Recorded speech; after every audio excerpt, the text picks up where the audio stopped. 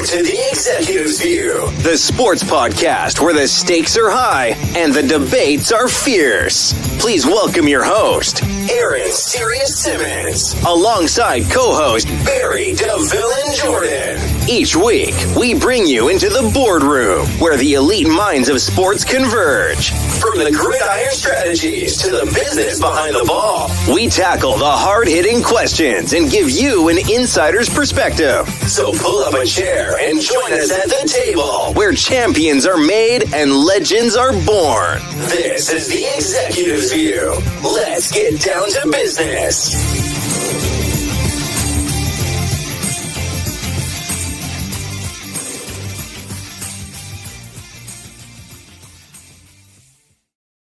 What's going on, everybody? Welcome to the Executive's View. This is the view from on top. You could be anywhere in the world, but you're here with executives, and I do appreciate that.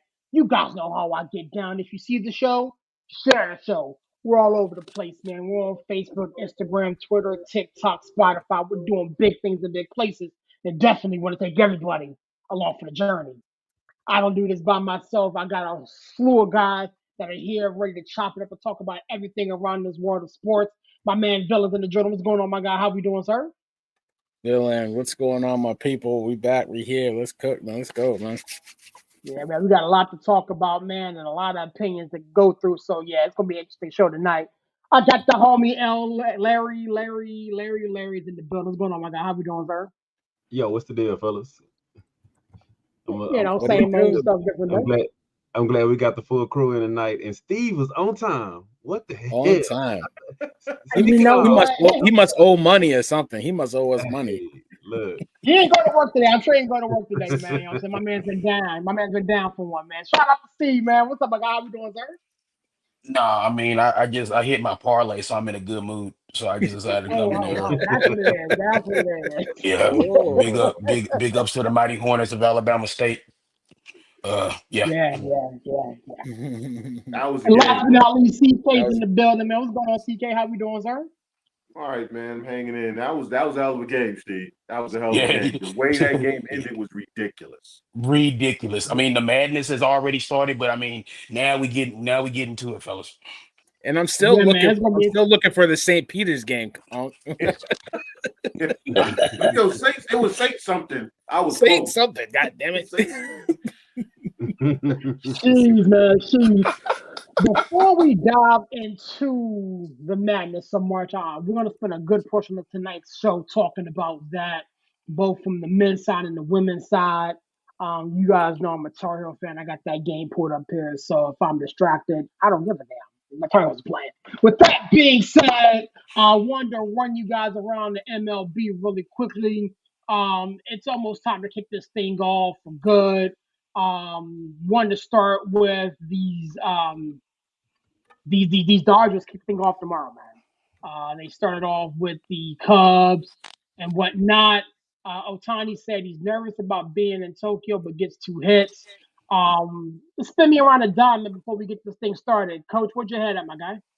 So look, we all know what time it is with the Dodgers.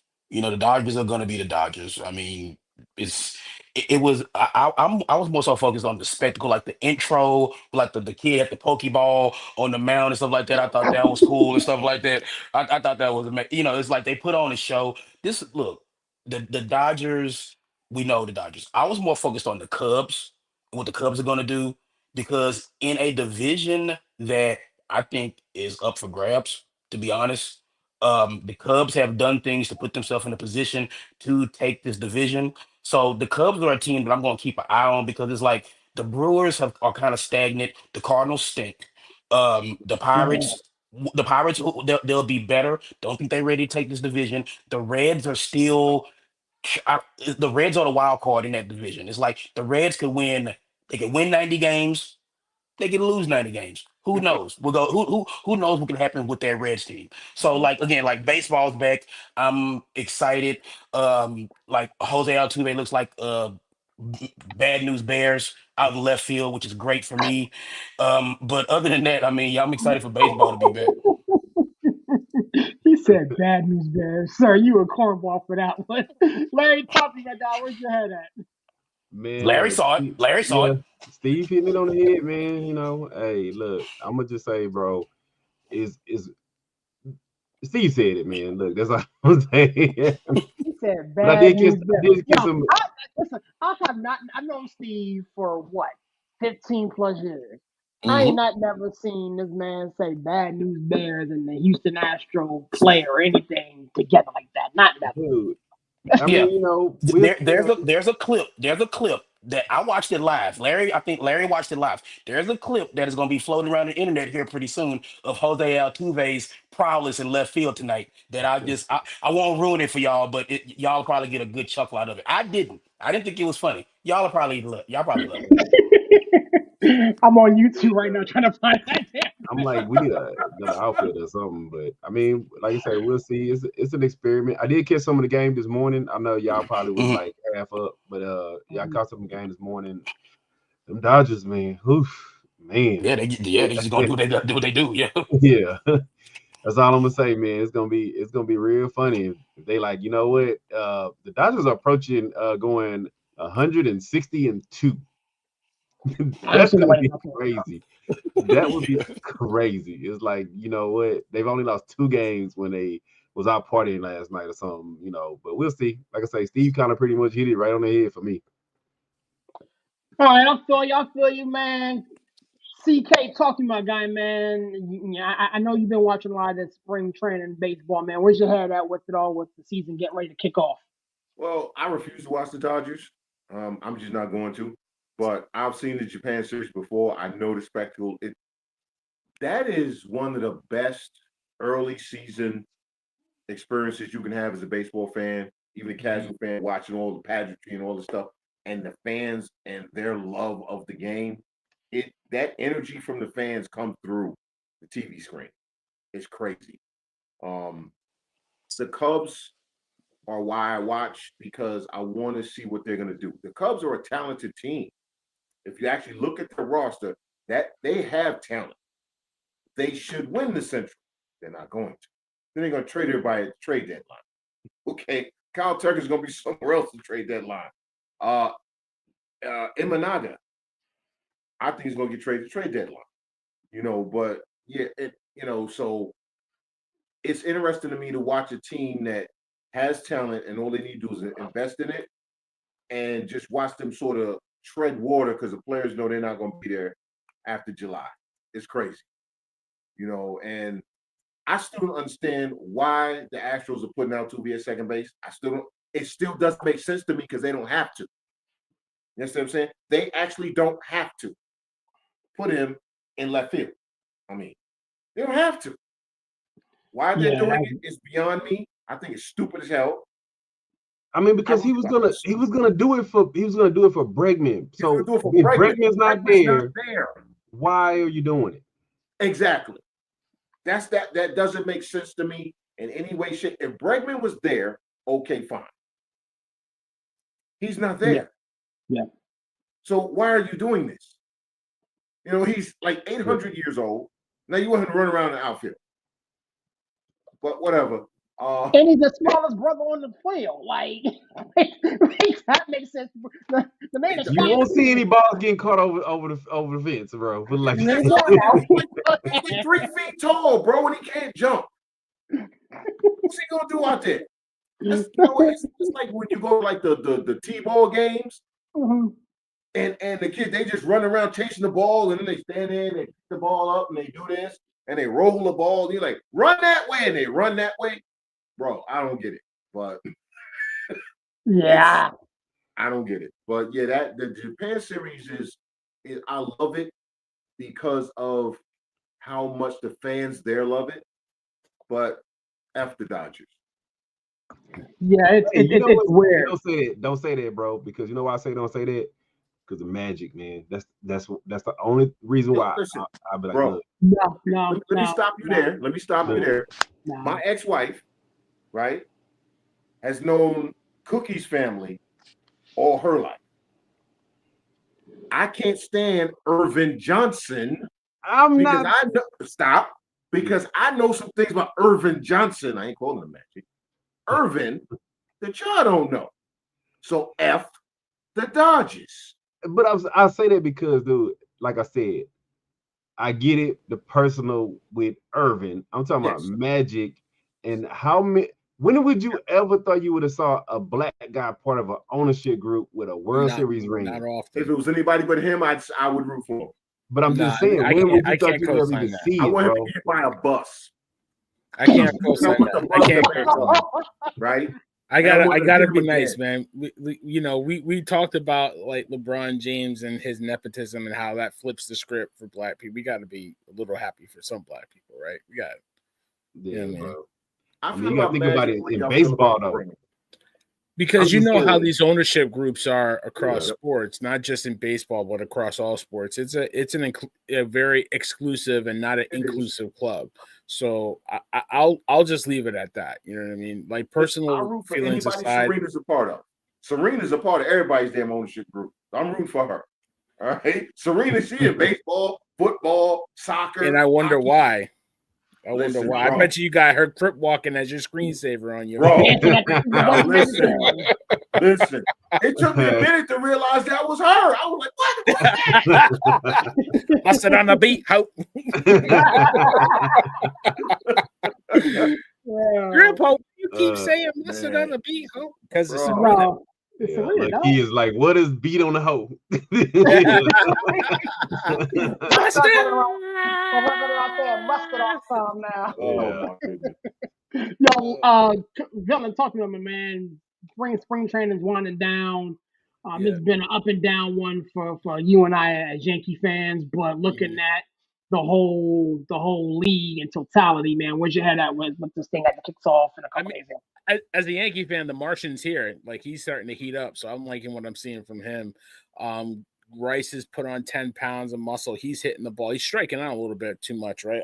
But Yeah. he's making good contact. He's getting some pops, so I think he'll be a nice DH and backup first baseman. He should be able to make the roster with Giancarlo. I don't know if he's going to be able to play this season. 6 So from a months. Yankee Just, perspective, don't expect Stanton until September. Just don't look for him until September. at the very earliest. And leave Exactly. So Rice has his chance. He got sent down halfway through the season last year.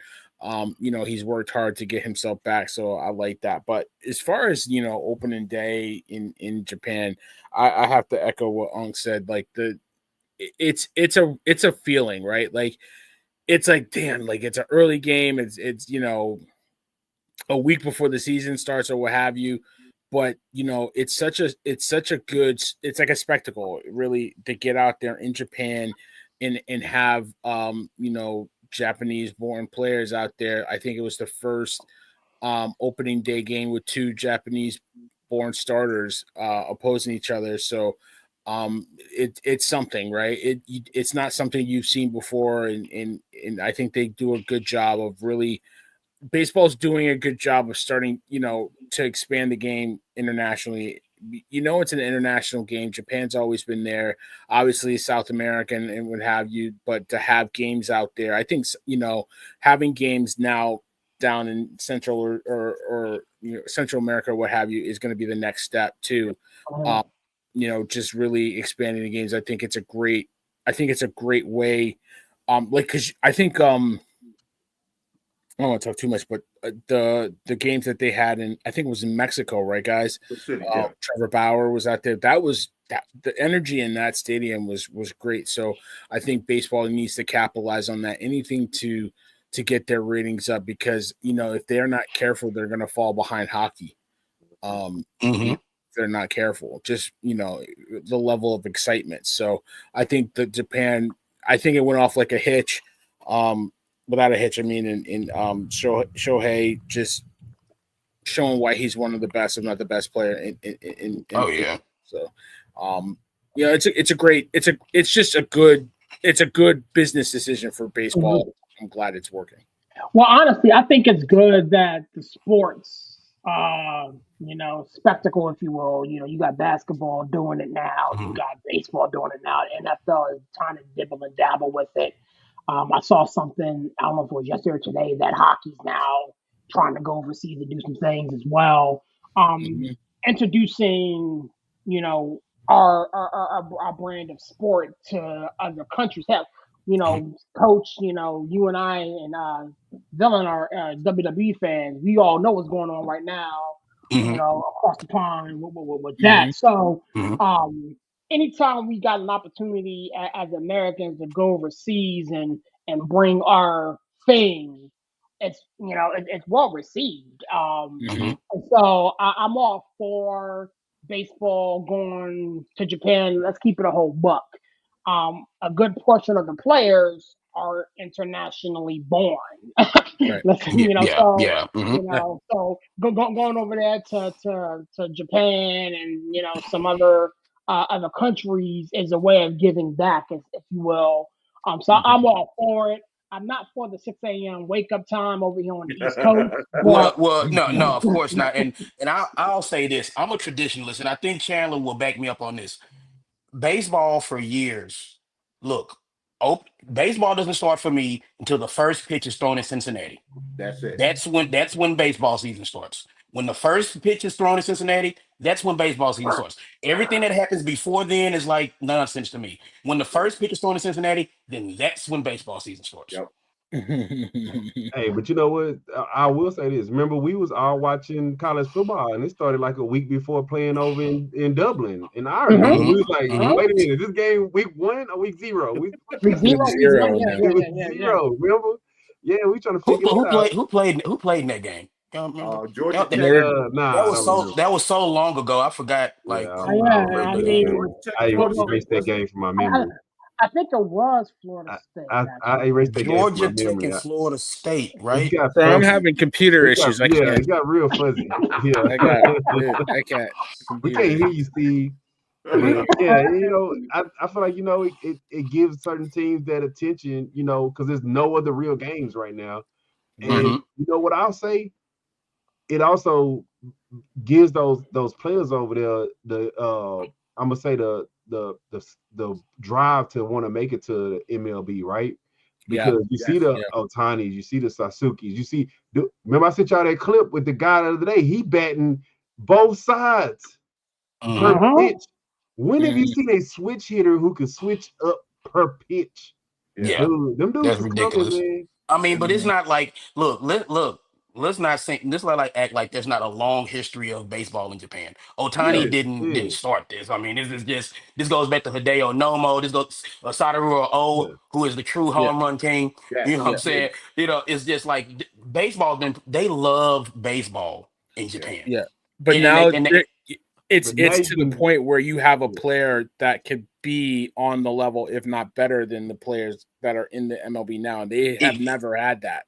So exactly. It's it's a not a different novelty. You know what I'm saying? it's It's a not different like level. Yeah, yeah. exactly. Yeah. The Yeah. Yeah. number one pick next year, the number one pick is a young kid from Japan who left Japan instead of joining professional baseball there. He plays Mhm. at Stanford. Last name starts with an M.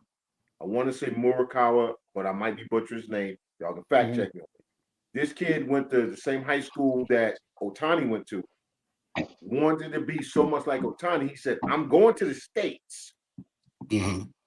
I'm not going to play professional. I'm going to go to the States. I'm going to go to college. I want to get drafted. The whole nine. This kid is a monster. He's a first baseman. He's a monster. He's going to be first pick in the draft. He is already, honestly, he is already better than half the first baseman in Major League Baseball right now as the hitter. That ain't saying much Yeah. though. The bar don't They ain't set say that they high. ain't saying much, Yeah, boy. I I tell you know. that is a I position that is devoid of a guy, and it's just as Mhm. funny. Like we're all men of a certain age where it's like, man, where are the mashing first basemen at? Where Yeah. are they at? It was Goldschmidt's got a McGuire, bad back. but McGuire played left. He played central. Where was McGuire playing? Later on in his career, he played first. So Well, Rizzo, Pujols. no one signed Rizzo, and Goldschmidt has a bad back. Those are the Yeah. two. And while we over here talking, Vladimir probably like, yeah, that 600 is Van 730, Black. Yeah. 740. Yeah. Mhm. Hey, Vlad probably Yeah. like, Yeah, he probably yeah. like, yeah, that price going up because Yeah. who else you gonna Yeah. go get? 20, 40, Yeah, 60, yeah. 100, Yeah, 20, yeah. 140. Hey, you know what? Hey, be like on Vampire in Brooklyn, he say risk double, risk triple. Yeah, right. But if you have a child that plays baseball, get him to play first base. if they have Yeah. some talent. I Because told there's no my first base. I told my kid, man, we ain't doing this basketball stuff. We playing this football. Learn how to hit a fastball or throw a fastball. I ain't playing with Yep. this Work left-handed. Work left-handed. Make sure I'm they not work playing with it. left-handed. And my son is left-handed. What a coincidence. I Put ain't him on playing the with y'all. put him on the putting green, Sears. Put him on the I ain't putting playing. green too. Yep. I ain't playing I with wish y'all. I Oh, kept yeah, playing too. first base. That too. I was a good third baseman, but I wish I kept playing first base. Bro. Right. Before we move to NCAA, man, I wanted to switch gears really quickly. We don't got to spend a lot of time here. The Cincinnati Bengals decided to find money somewhere and unload the clip, if you will. Locking up Jamar Chase and T. Higgins, um, solidifying that offense. There's some other NFL moves that were made, but that's the big one that just came down. I believe it was yesterday.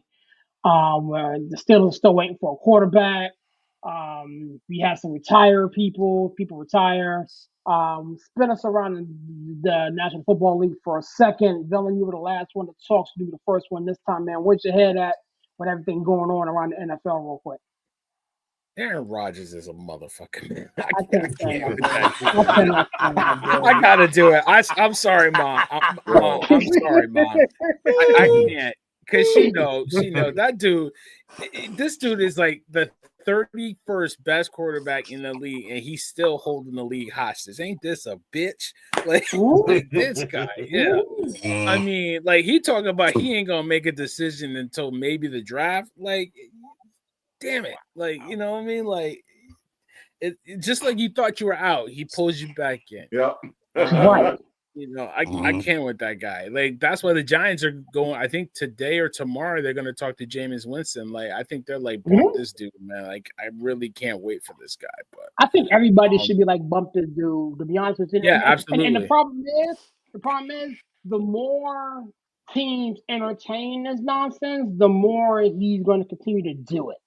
Like They if the placate to him. Giants, right? If the Giants or the Steelers or whomever decide to move on with whomever else they decide, then it's a game of musical chairs. He's left without a seat. Yeah, You know what and I'm saying? and honestly, it's like he just wants to be loved. He wants the attention. He wants to be the center of attention, and that's always been his shtick. And I think it's like, see, my mother at church, she heard me too. She literally talked to me the other day. So I like y'all show. Y'all don't curse. Y'all keep it clean. And here we go. I dropped the bomb. And it was Sorry. you. It was Yeah, you. good. Yeah. I'm sorry. I'm sorry, Rev. I'm sorry, Rev. She's a reverend too, so she will. Oh, She's wow. gonna have to pray for me. But listen, For sure. yes. Here's the deal though.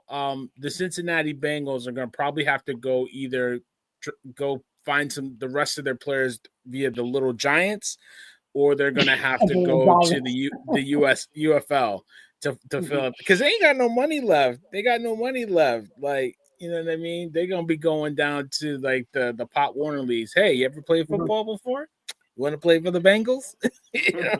Like, I mean, according to what I'm hearing, they're still in conversations and talks about Trey Hendrickson potentially getting a deal done there. When we looked at it last week or whatever it was, the Bengals had a horrible, horrible cap number. And I haven't looked at the contract. I'll probably do that here in a little bit while you guys are talking. And I'll pull it up as per usual.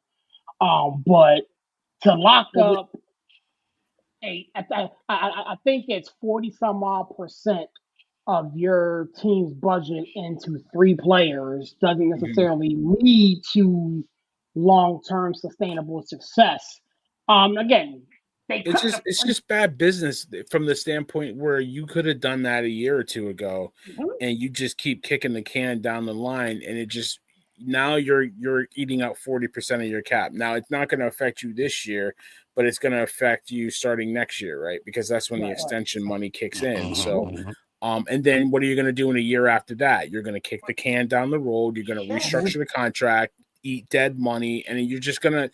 It just instead of just doing it now, like look at what the Cowboys are doing. Like they don't have money to who they get, who they get.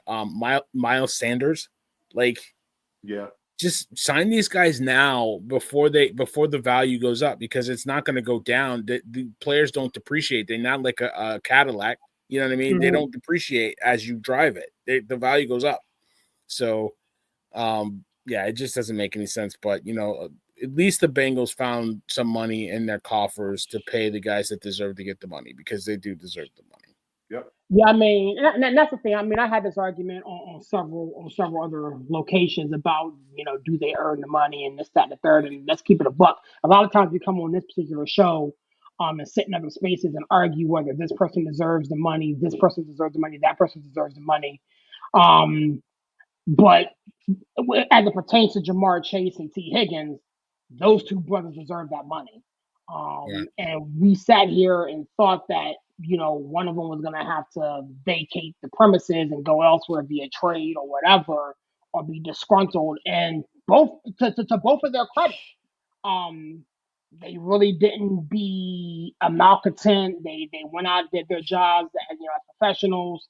And surprisingly, the organization that is known for not paying their stars paid their stars. So it's wild to kind of see how it all shakes out. Steve, talk to me, my man. Um, Two words, Saints light. That is what the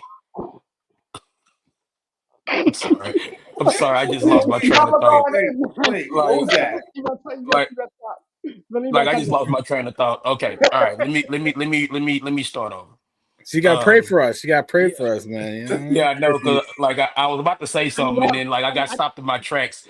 But anyway, okay, so I'm gonna try I this said, again. Holy Ghost, Okay. man, you got to stop. Okay, Be so praying for us, bro. Pray for me. okay, so For real, pray for so me.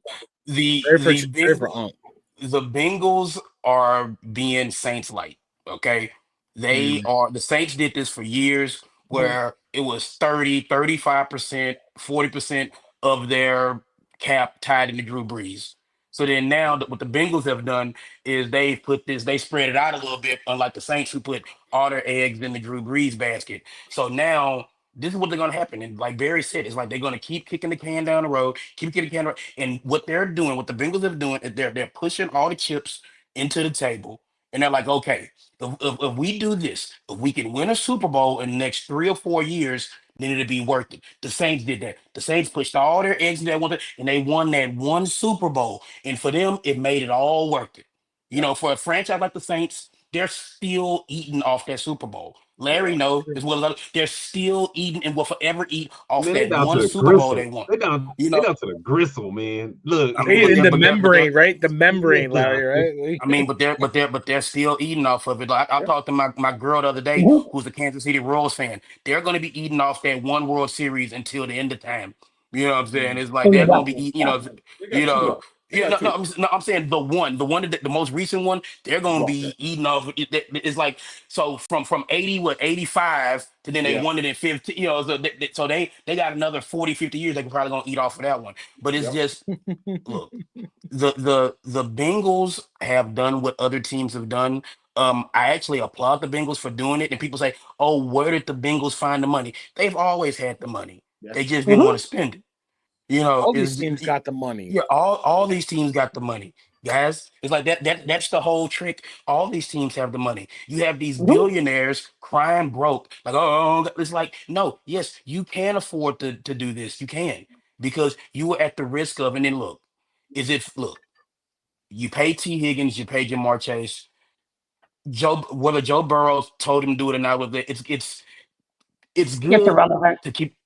Yeah, it's irrelevant. You know what I'm saying? It doesn't matter. It's like it's for the Bengals, it's the smart thing to do. A franchise that we sit up here and we sat up here and talked about like how they do the dumbest thing possible. This is something that's good, and that again, it's like, look, they're gonna have to pay the piper eventually. But if in this little window they can put it together and can win a Super Bowl, then I feel like it'll be worth it. You know what I'm saying? I go back to I'm looking at a Philadelphia Phillies hat right now. The Phillies, they won that one World Series, Yep.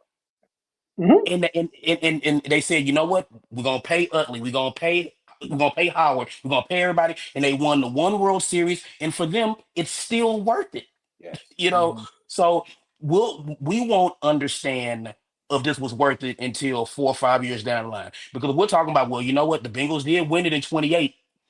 Yep. And it's like, hey, well, but And now have to I don't go know. find Sirius and rescue Sirius because he's going. Yeah, no, we can't have that. Exactly, we because it's can like because and I'll say this and then I'm done. It's like the Bengals have something that a lot of other teams are looking for. a Quarterback. quarterback. It all starts with quarterback. So you do like they have the quarterback, so you do things like this to surround a quarterback.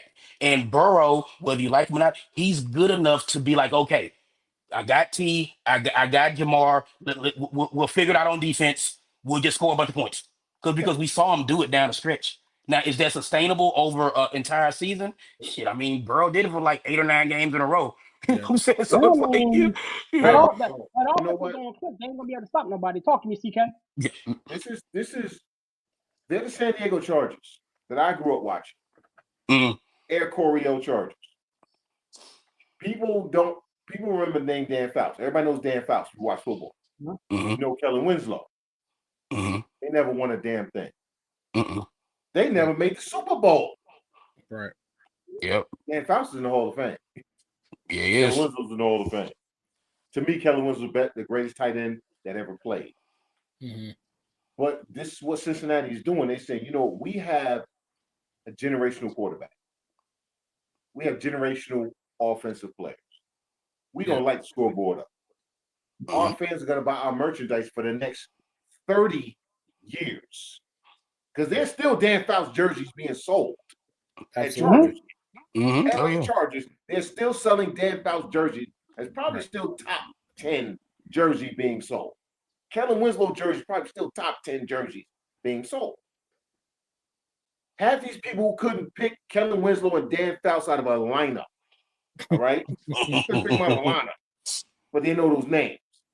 Right. Cincinnati Bengals fans, they know Kenny Anderson, right? They know Icky Woods. What Mm-hmm. else you got? That's it. Now they got Burrow, Boomer. They got the Chase. I mean, Boomer. yeah, Boomer sizing. Please I don't. mean, you got Boomer, you Don't got make me Ocho curse. Please Cinco, don't make me you got curse. Ocho Be Cinco. nice. Be nice, Unc. I know he's a Corey clown. Dillon. He's a I clown. can't, You know, bro. Corey Dillon don't get I no TJ love. have met Houshmandzadeh. Boomer What are you, Esiason. Chip? Anyway, I'm They gonna got, move Anthony they on. got, they got, Munoz. I'm gonna Anthony. Okay, Munoz. Yes, Munoz. But nobody buys his jersey, do they, Coach? No, They no, don't no buy one his buys I've seen an Esiason Anthony jersey. Munoz jersey in the wild before, and you could have knocked me over with a feather. I was like, this Right. guy got on a Munoz jersey. But All right, but he's huh? he's the he's in the Bengals, trenches. Yeah. Yeah. what the Bengals are doing is smart. These three guys are going to finance and motivate the next 3 generations of fandom. Mhm. That's 3 generations with the numbers they're going to put up, with the things they're going to do. If they win a Super Bowl, oh my God, Mm-hmm. oh my Y'all gonna God. have to confirm me. I'm You letting see y'all what I'm know. saying? And for the Brown family,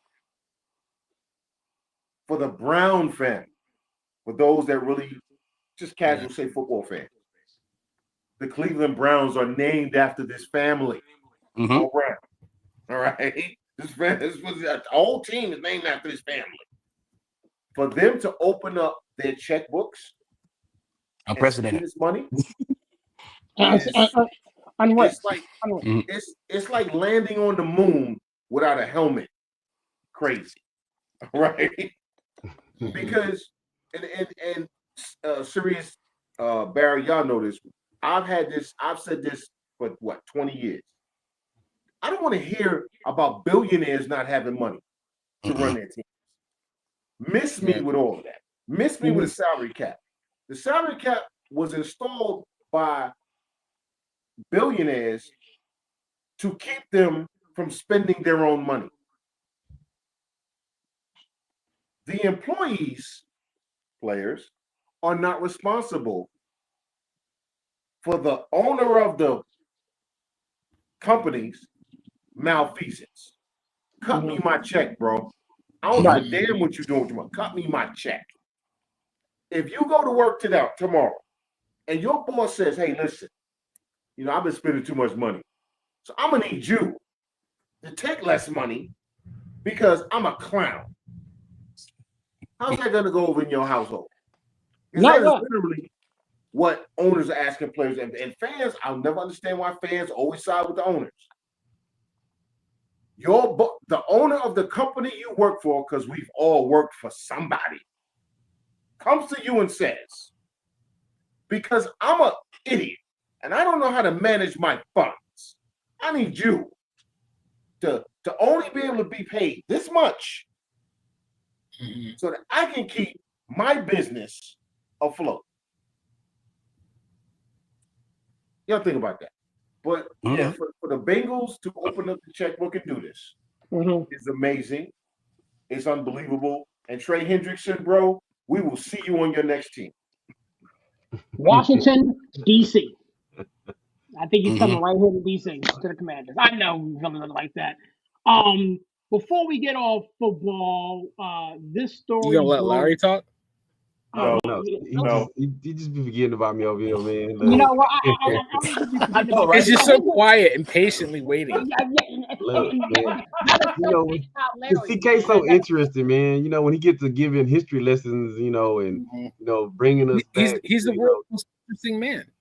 Yeah, you know. Larry's quiet is so abnormal, but here's the thing. Larry's going to tie whatever he needs to say into this thing. So, but before we move, right, Larry, I'm gonna come to you first. Right. DeMarcus Lawrence said some things. Oh boy. Michael Parsons responded. You know, your favorite Cowboys, Larry. You know, Dallas is my home, but I know for sure I will not win a Super Bowl there. Michael Parsons said, "This is what rejection and envy looks like. Some clown stuff." And you know, I'm not gonna be cursing on tonight's show. We can't curse tonight. We can't be cursing today. Look, we gonna cuss enough.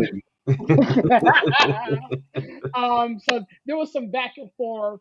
My question to you, Larry, and again, you could take this how you want to, and you can parlay that into the rest of the NFL, kind of what we're talking about. DeMarcus Lawrence isn't wrong. However, he does go to Seattle, a team that is retooling. What say you, my guy? First of all, these Cincinnati Bengals, they opened up this chick. Let me stop fucking with him. Go ahead, talk about it. Look, I don't give a shit about no Bengals, man. Look, hey, you know what? And I'm gonna do a 2-for-1, man. The Bengals opening up their checkbook and having to pay so much money. You know what it reminds you of? A guy down in Dallas. Mm-hmm. Yeah, absolutely. You know what? I'm gonna be real with y'all. Have y'all noticed that these owners that do things the old school way, right? The Jerry Joneses, the Browns. Remember Steelers? Hey, serious, we got on your Steelers about getting out of the Steeler way. Mm-hmm. When have you seen a team that handles business the old school way win a championship within the last 20 years? No. Well, maybe the reason why. Maybe the Giants. Huh? Maybe the Giants. Is that 20 years? Yeah, but the Giants had good pieces. Yeah. They drafted exceptionally well. Yeah. It's a reason why you've never seen a Bengals championship. It's a reason why Jerry Jones hasn't won. And since Jimmy left, and if you look at the rosters that Jimmy constructed, yeah, you played your Michael Irvins and all them, but you also found your Nate Newtons and all these other guys that were Hall of Famers in the 4th, 5th round that had, probably making minimum wage in the NFL, right? Mm-hmm. So now you fast forward and you get to a DeMarcus Lawrence, right? Who he's made his money. Jerry didn't pay him, but he been hurt a lot, right? So I don't take what he said out of context, because Jerry's doing business the way Jerry been doing business. That's why Dak is getting paid so much. That's why CD's getting paid so much. Oh, he probably over there shitting a brick because he don't want to know what Michael want. Michael number pop in. He know what Michael want. He knows he's trying to play that right now. No. Go ahead. Go ahead. Let the price go up. Yeah, and that's why Michael's going so hard, because I told him, Mr. Jones. See, Mr. Jones, I told him, Mr. Jones. Hey, anybody that shuck and jive with Jerry, he gonna pay you, and you good. Oh yeah, he gonna pay you. Jerry's shoes are nice and shiny thanks to Michael, boy. I tell you that. Yeah, if you're a malcontent and you good, he ain't gonna pay you as much. He gonna stall you out like Debo, you know. But if you shucking and jiving over there, you know, he gonna make sure he take care of you. But that number is going up. And if you look at it, I see why DeMarcus Lawrence said he wouldn't win a championship with the Cowboys. Like, dude, they are so much of a cap hell. Dak had to restructure just to free up like 30 million. Yep. And that 30 million is probably just to pay the other players. Like, no, it's just to pay. It's just to pay Micah. Really? Well, they haven't even freed up yet. No, Barry. He freed up that 30 for this season. Yeah. This season. Micah's not new to next season. So, like I said, it's these owners that you see they used to doing it the old school way of you wait till their contract come up. You have a rookie on a rookie deal, and you're like, you know what? We could lock him up for 30 million a year, but you know what? We're just gonna keep waiting. We're not gonna build the roster because honestly, if you look back when Dak was a rookie, that was their window. Yep. They should have went all out. They should have had him with so many weapons. It didn't make no sense. That's when they could have worked on that defense. Yep. Jerry has literally spent the least amount of money in free agency over the last like 10, 15 years. How in the hell? I think it was it Dak's first or second year he made the Pro Bowl? I want to say the second year he made the Pro Bowl. It was his first, right? Wasn't it his first? He had a really good rookie. It was that first year as a starter. Because remember, he came in and then his first year as a full starter, he made the Pro Bowl. Yeah. That's when you should have went into that mode of I'm gonna blow out my money right now and I'm gonna kick the can down the road. Because that's when they had an actual true window to win a championship. But they're doing it the old school way. So when the market said what he said, he said what he said. But my thing is, dude, you sign with like the Chiefs or the Eagles or something when you say that shit. You don't say that shit. You don't say that with the Seahawks. But you know what it is though. But LG, honestly, it's more than the money. It's more than how they operate the team and how they, pay guys and how they manage the cap. It's the culture there. Yes. He didn't say that because of how people are getting paid. He said that because Micah Parsons is too busy on his podcast every week instead of worrying about how to win these games, man. Like, you know what I'm talking about? Like, it's about having, like, my brother and my cousin are the biggest Cowboy fans I know. And there's Cowboy fans on my wife's side. And they all tell me the same thing, man. Like these dudes are more enamored with the star on their helmet than actually playing on the field. Like being a star, like Jerry Jones is more enamored about getting credit for winning instead of actually winning. It's the culture from the top down that's the problem in Dallas. And you're right. And it is about cap and how they manage the cap, but it's so much deeper than that, guys. Like I've said it for weeks, and I'm not saying it because I'm a Giants fan and I'm a hater. I'm saying it because it's the truth. Like they need to trade Micah Parsons. Blow it up and start over. Like as great as he is, you could get assets for this dude and really build a team. But Barry, they're not going to. Let me tell you why they're not going to do that. Because Micah, remember I said it, dude. Micah is like Jerry Jones's little brother. He like Emmanuel Stewart, Mr. Drummond. He do the same stupid shit that Jerry do. Dude, it's like, bro, they literally sit up and tell this dude like. He said Webster. Emmanuel Stewart was Webster. Gary Coleman was Coleman. One of them, bro. But we knew exactly where he was going with that. Webster was like 40 years old, looking like a kid. Man, come on. Pick one. But he just like Jerry. If y'all watch it, he's just like Jerry, bro. Like real talk. You just got your ass whooped, and you on your podcast talking about, oh, we was close in the game, man. What score was you looking at, bro? That was 50 on y'all. Yeah, like he was like a couple plays and we still in the game or whatever. Like it's delusional. First of all, get off the podcast. Yeah. Yes. Yeah. But Can I say this? Is it DeMarcus or Dexter? Yeah, DeMarcus Lawrence. We'll go further in the playoffs than the Cowboys will in Seattle. I know that. So he might not win a Super Bowl, but he's going to go further in the playoffs this upcoming season. They will go further in the playoffs than the Cowboys will, because the Cowboys hired Brian Schottenheimer. And they're not going to make it. Oh, man. Okay? Dude. So he can talk and say, I'm closer to a Super Bowl than you are, bro. Mm-hmm. You understand what I'm saying? Because I'm in an organization that's about winning. Yeah. I'm around winning players who know how to lead, versus a bunch of clowns who are living off of guys'. It's like you're still eating. You're going to restaurants, Micah, and you're getting a free meal because of what Emmett. Randy Emmett Smith White. and Michael Irvin Bro. did. You understand what I'm saying? Mm-hmm. You eating off Randy Yeah. White's tab, okay? Mm-hmm. You understand? The manster, half man, half monster.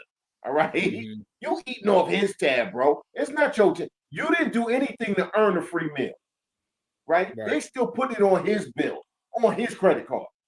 That's the problem with the Cowboys right now. You understand what I'm saying? CD Lamb is still eating off Alvin Harper's open credit line. Oh, Oh God. wow, That's not the Alvin problem. Harper. We ain't go there, Yeah, I dude. said We ain't Alvin go Yeah, Harper. there. but I said that's Alvin but Harper. but that's the truth. I mean, let's call a spade here. It's like when you go like Larry, you've been in AT&T Stadium before, and when you go there to these Cowboys games, you see Aikman jerseys, you see Emmitt Smith jerseys, you see Michael Irvin jerseys, you see you know that's what you see.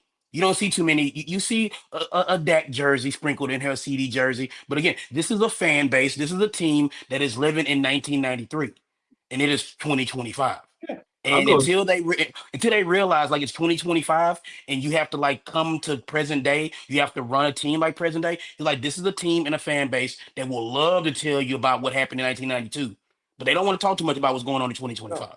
That's No, why I go. Danny White isn't loved by Cowboys fans, because he was between Staubach and Aikman. And Aikman. Dak Mm-hmm. Prescott is Danny White. Yeah. Remember the Danny White teams? They were Yeah, good. but you had They Danny were White really before good, him with Tony but they Romo. didn't win. Yeah, Look, they hey, already had their Danny White, hey, so they have back-to-back Danny White. Tony Mm-hmm. Romo is but he's loved in Dallas, but he's not on Aikman level. But he's no, another guy that failed Yeah. the assignment. no. Mm-hmm. Like But I'll go even my further. team went into Dallas and beat them in what in 2007. That team should have went to the Super Bowl. You That should. Dallas Cowboy You team should. was the best team, not in football because obviously the Patriots were the Patriots that year. That was the year we beat them in 18-1, but it should have been Patriots Cowboys in that Super Should have Bowl, been. and Mm-hmm. that's the Cowboys. They choke. You know Yep. what I mean? Like they had opportunities, even when they got lucky and fell into Dak Prescott when Tony Romo was hurt Yep. and couldn't play anymore, and they had a golden opportunity, the coach's point, to make good on that team with a rookie quarterback on a really, really rookie contract because he was a Mm-hmm. 4th-round pick, and they Mm-hmm. Mm-hmm. blew it. They blew it. It's mind-boggling. It's mind-boggling. But that's them. That's what they do. It's like I said, it's from the top down. But I They, respect you know they what Dak I'm gonna start tell to because y'all? dominate. Dak is one of the few Cowboys players that didn't buy into the shucking and jiving. Nah, he Yeah. do a Jerry little likes to bit. He have do a his little black bit, players bro. Hey, that will he say, do. Jerry like my daddy. Oh, Jerry like my Hey, father figure to me. don't get No, it. Jerry Hey, look, Jones, yeah, Chandler, yeah. you Dak do over there, Jerry it. Chandler. Dak I'm do Jones a gonna I tell is little do it a little shucking. bit. his He do a integration little, is little, wait, little shucking phenomenal. through. Okay, Chandler. I'm Jerry gonna tell. Jones was at rallies that did not want to integrate schools in Oklahoma. Let me be very Yeah, I clear mean, on but that. that was But we could talk about that for days. Yeah, That he was that No, no, yeah, forced no, up. yeah, He that, was yeah, no, that, no. forced that, But up, yeah. man. my point but is this. My point is this. My point is this. mhm.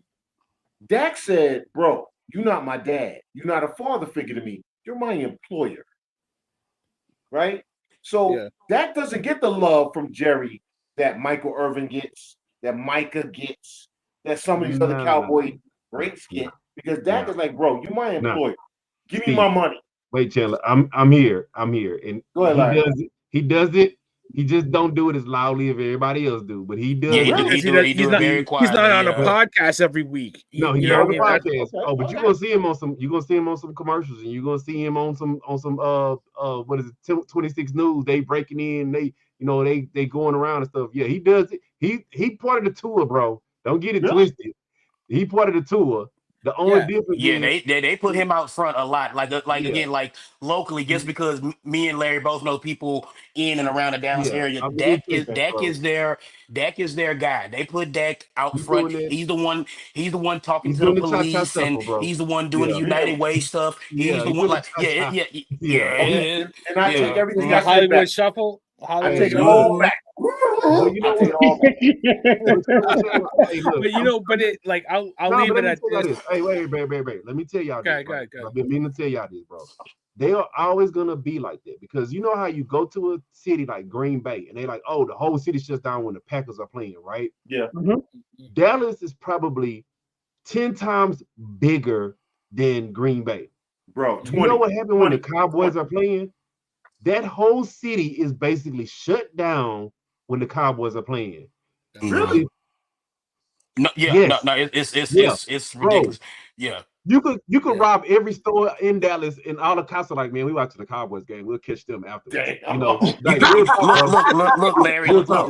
Larry. You can take a nap on 45. You can Yeah, take a nap on 45 during the Okay, what's Cowboys game. during 45? the What's Cowboys game. $45? That's the major interstate that Major goes through interstate. Dallas. You can take Okay. a nap on 45. Man, Like you if can do you leave donuts. Dallas. You can do donuts and everything down the freeway, bro. And you won't hardly see nobody. That Wow. whole city basically comes to a grinding halt when the And Cowboys play. that's part of the Dude, problem, that's Larry. part of the Mhm. That's problem, part of dude. the problem And when because you I it'll didn't know never that. change Didn't know as that. long as the Dallas Cowboy fans it's like support that. what Jerry Jones does, Mhm. what he puts on the field, the product he has, and the players he has.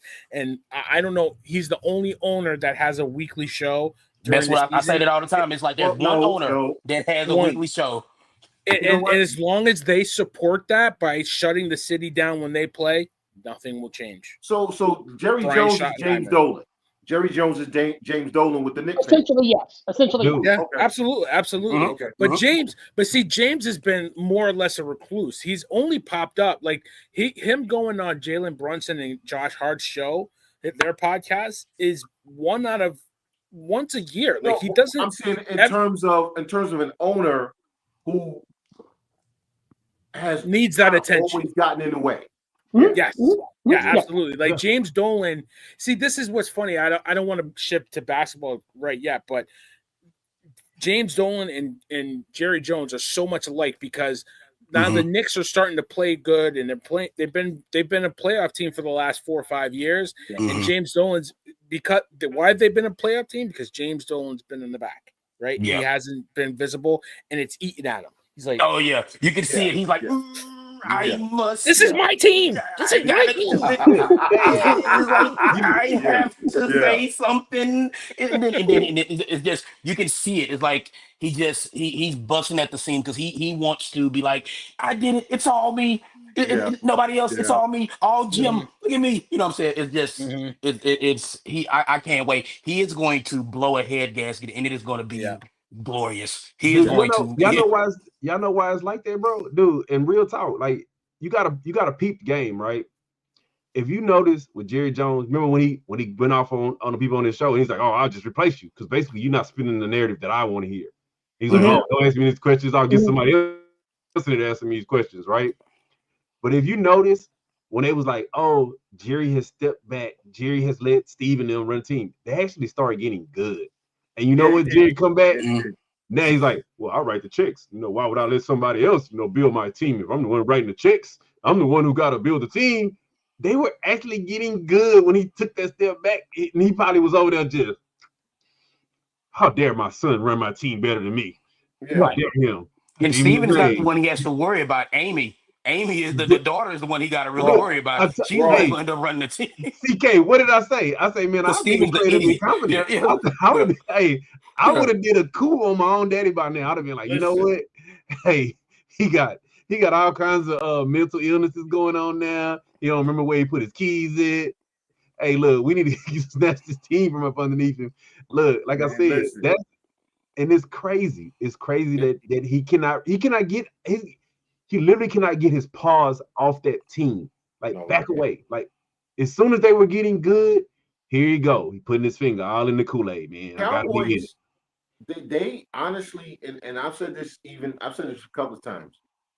Jerry Jones got to die Oh, for the jeez. Cowboys to win the Super Bowl. I'm not asking anybody to kill him. Not what I'm No, saying. Yeah. Not what but I'm I know, saying. I know what you're getting at because the McCaskey family was getting ready to take that team from Virginia, and Yes. unfortunately, she passed away Yes. because they was getting ready to do a hostile takeover in Yes. Chicago. Hmm. And Jerry probably got it in his will that if I die and y'all win a Super Bowl, y'all dig my ass up and you bring No. bring my They got a hologram, bro. They got a hologram. They It's gonna got be a like Jerry It's gonna be like hologram Walt ready to go. Disney. Like His head's gonna be frozen underneath AT&T Yeah. Stadium No, somewhere, probably. no. Yeah. They got a Jerry hologram already ready. People crip walking right down the Hey, grade, right down Jerry probably 45. like, look, y'all bring y'all have my casket ready to roll, bring me right on back, man. But that's enough Bro. talking about Cowboys for me, man. I Yeah, love it. It's yeah. hilarious. I love seeing them fall on their face. I'm good with it. Well, Yeah. I love that. I love that. let's do this. Let's do this real quick. Rapid fire, man. You check we signed with the 49ers. Where's your head at, man? How you feel? Love it. Love bring it on back. Y'all almost Yeah, had him. Y'all almost had him, but I we like almost had him. We yeah, almost had him. almost We had almost him. had I'll him. bring it on back. Mm. You know, his heart was where his heart at, man. He wanted to bring it back. I feel you. I feel you. Steve, what the heck's going on with you guys over there in Houston, man? You signing all the defensive players, ain't got no offensive line. You got Larry scratching his noggin. Y'all I trying was to get ready to two lose more my fucking gasket. That's what I was ready to do. Okay, so if we doing this rapid fire, you don't need offensive line if you get the ball away quickly and if the other team can't score. Gotcha. The villain, Jameis Winston, Aaron Rodgers, Russell Wilson. Take a pick. For the Giants, I want Jameis Winston because then we can draft the quarterback that we need in Sanders or Ward, develop them and let Winston start for the first half of the season. That's my plan. I said it last week, and hopefully that's what they do. Gotcha. CK, talk to me, man. New York Football Jets. What's going on with the Jets, man? Obviously, you signed Justin Fields. You said last week you won't be shocked if they move on from Jordan Travis. So I wish I had that with the Jets. Same old Jets, bro. Same old. The side of a battered fan is sitting right here before you, man. It's That's so abusive. bad. It's an abusive relationship. Abusive Woody, relationship. John Jerry Cena I don't style. think I Jones. deserve better. And I don't think I deserve better. The Don't you Jets wouldn't even just know how to handle something nice. the Jets take and take and take, but what do they give? Nothing. Nothing. Nothing. You get Nothing. nothing. You do nothing. For those of you guys who are lost, that was John Cena promo So, yesterday on Monday Night Listen, Raw. we got the right coach and the right quarterback at the wrong damn time. Yeah, you know what? Yeah, That's literally boy. what it is. Boy, that's If a if, bar right if there. Good Leon grief. Hess was still the owner, and we hired Aaron Glenn as the coach, and just Fields the quarterback, I would love it because Bill Parcells will still be our GM. You see what I'm saying? That would be amazing. Instead, we have Aaron Glenn and Justin Fields with a general manager who isn't aligned with our coach and an owner who is the reason Justin Fields is here because the Jets have been trying to get Justin Fields for 3 years. If you shot Aaron Glenn up with sodium pentothal, it's called a true serum, he would tell you ain't no way in hell he wanted Justin Fields now. I like Justin Fields. I think Justin Fields can be a great starting quarterback. I'm thinking he'd be a great starting quarterback for the Jets because I'm a Jet fan. I know what we expect from our quarterbacks. I don't care who you are. Mike White, Zach Wilson, Pat Ryan, Matt Robinson, Richard Todd, Chad All right, Pennington. so let me ask you We this question. expect you to be a Hall of Famer the first game you play. You got to throw for 500 yards, 7 touchdowns, okay? No picks. No interceptions, all right? And if you don't, we're going to kill you and start saying, bringing a backup. So let me That ask you is this not question. what Justin Fields needs. It's not what he needs. With the landscape of quarterback opportunities, the quarterbacks available in this free agent market, okay, who would you rather have had? I would rather have had Jordan Travis because, He's again, already there. as a Jet fan for 50 years, I'm old enough to remember Joe Namath winning a Super Bowl for me. We would give Jordan Travis 1 year. 1 year. But didn't y'all rush him back? Y'all almost screwed Yeah, this he's kid not up. ready. He's not ready. Again, same old Jets. You know what I'm saying? So we would have given Jordan Travis a year because we know they rushed him back. Mm-hmm. We're not giving we're giving Justin Fields 3 games. 3 games in, the New York Post is gonna say it's gonna some play on his name to make him terrible. If we don't, because we're gonna go 1-2 first 3 games. We're going 1-2, right? Yeah, No, I mean, dude, I'm but like, telling you, we're going 1-2. We're going 1-2 the first 3 games, right? And that's not a knock. I'm not knocking him. Here's what I'm saying. We got a new coach. Justin Fields is still limited as a quarterback. He needs time to grow, right? but Jordan Travis doesn't. Exactly. But we would have given Jordan Travis 7 games. I'm telling you as a Jet fan. I'm not talking as a normal fan, Steve. I'm talking as a Jet fan. All right? This is our mindset, bro. I'm telling you our mindset. If you got a name, we expect you to be amazing. First 3 games. We got to go 2-1, 3-0. Period. End of story. If it's anything other than that, you're trash. You got to go. It's New York fans, bro. So you really think that Jordan Travis will be given a longer leash than he will be the given guy 4 he just more spent games. 4 more games. I don't think so. I think you sign Fields. I don't think Fields is. They hope Fields can be the guy because he's still a young guy. But it's But you're like I talking just about don't. rational fans, Steve. You're It's talking only about rational fans. I'm in talking all about Jet fans. actuality. We're in not all rational. actuality, We're not This is a rational. 1-year deal. It's a 1-year deal. So I No, don't Yeah, think it's not- you move heaven and earth. I mean, he signed a 2-year deal, but serious. technically, I I'm mean, talking about Jet fans. I got you. Okay, so Justin Fields is the wrong quarterback at the right time. But CK, This you is know all what? I'm saying. This is all No, I'm saying. CK, As you know what I'm fans, saying? we're not going to give him the runway to make some mistakes. We're not. But CK, We're you know not. what I'm gonna tell you, dude?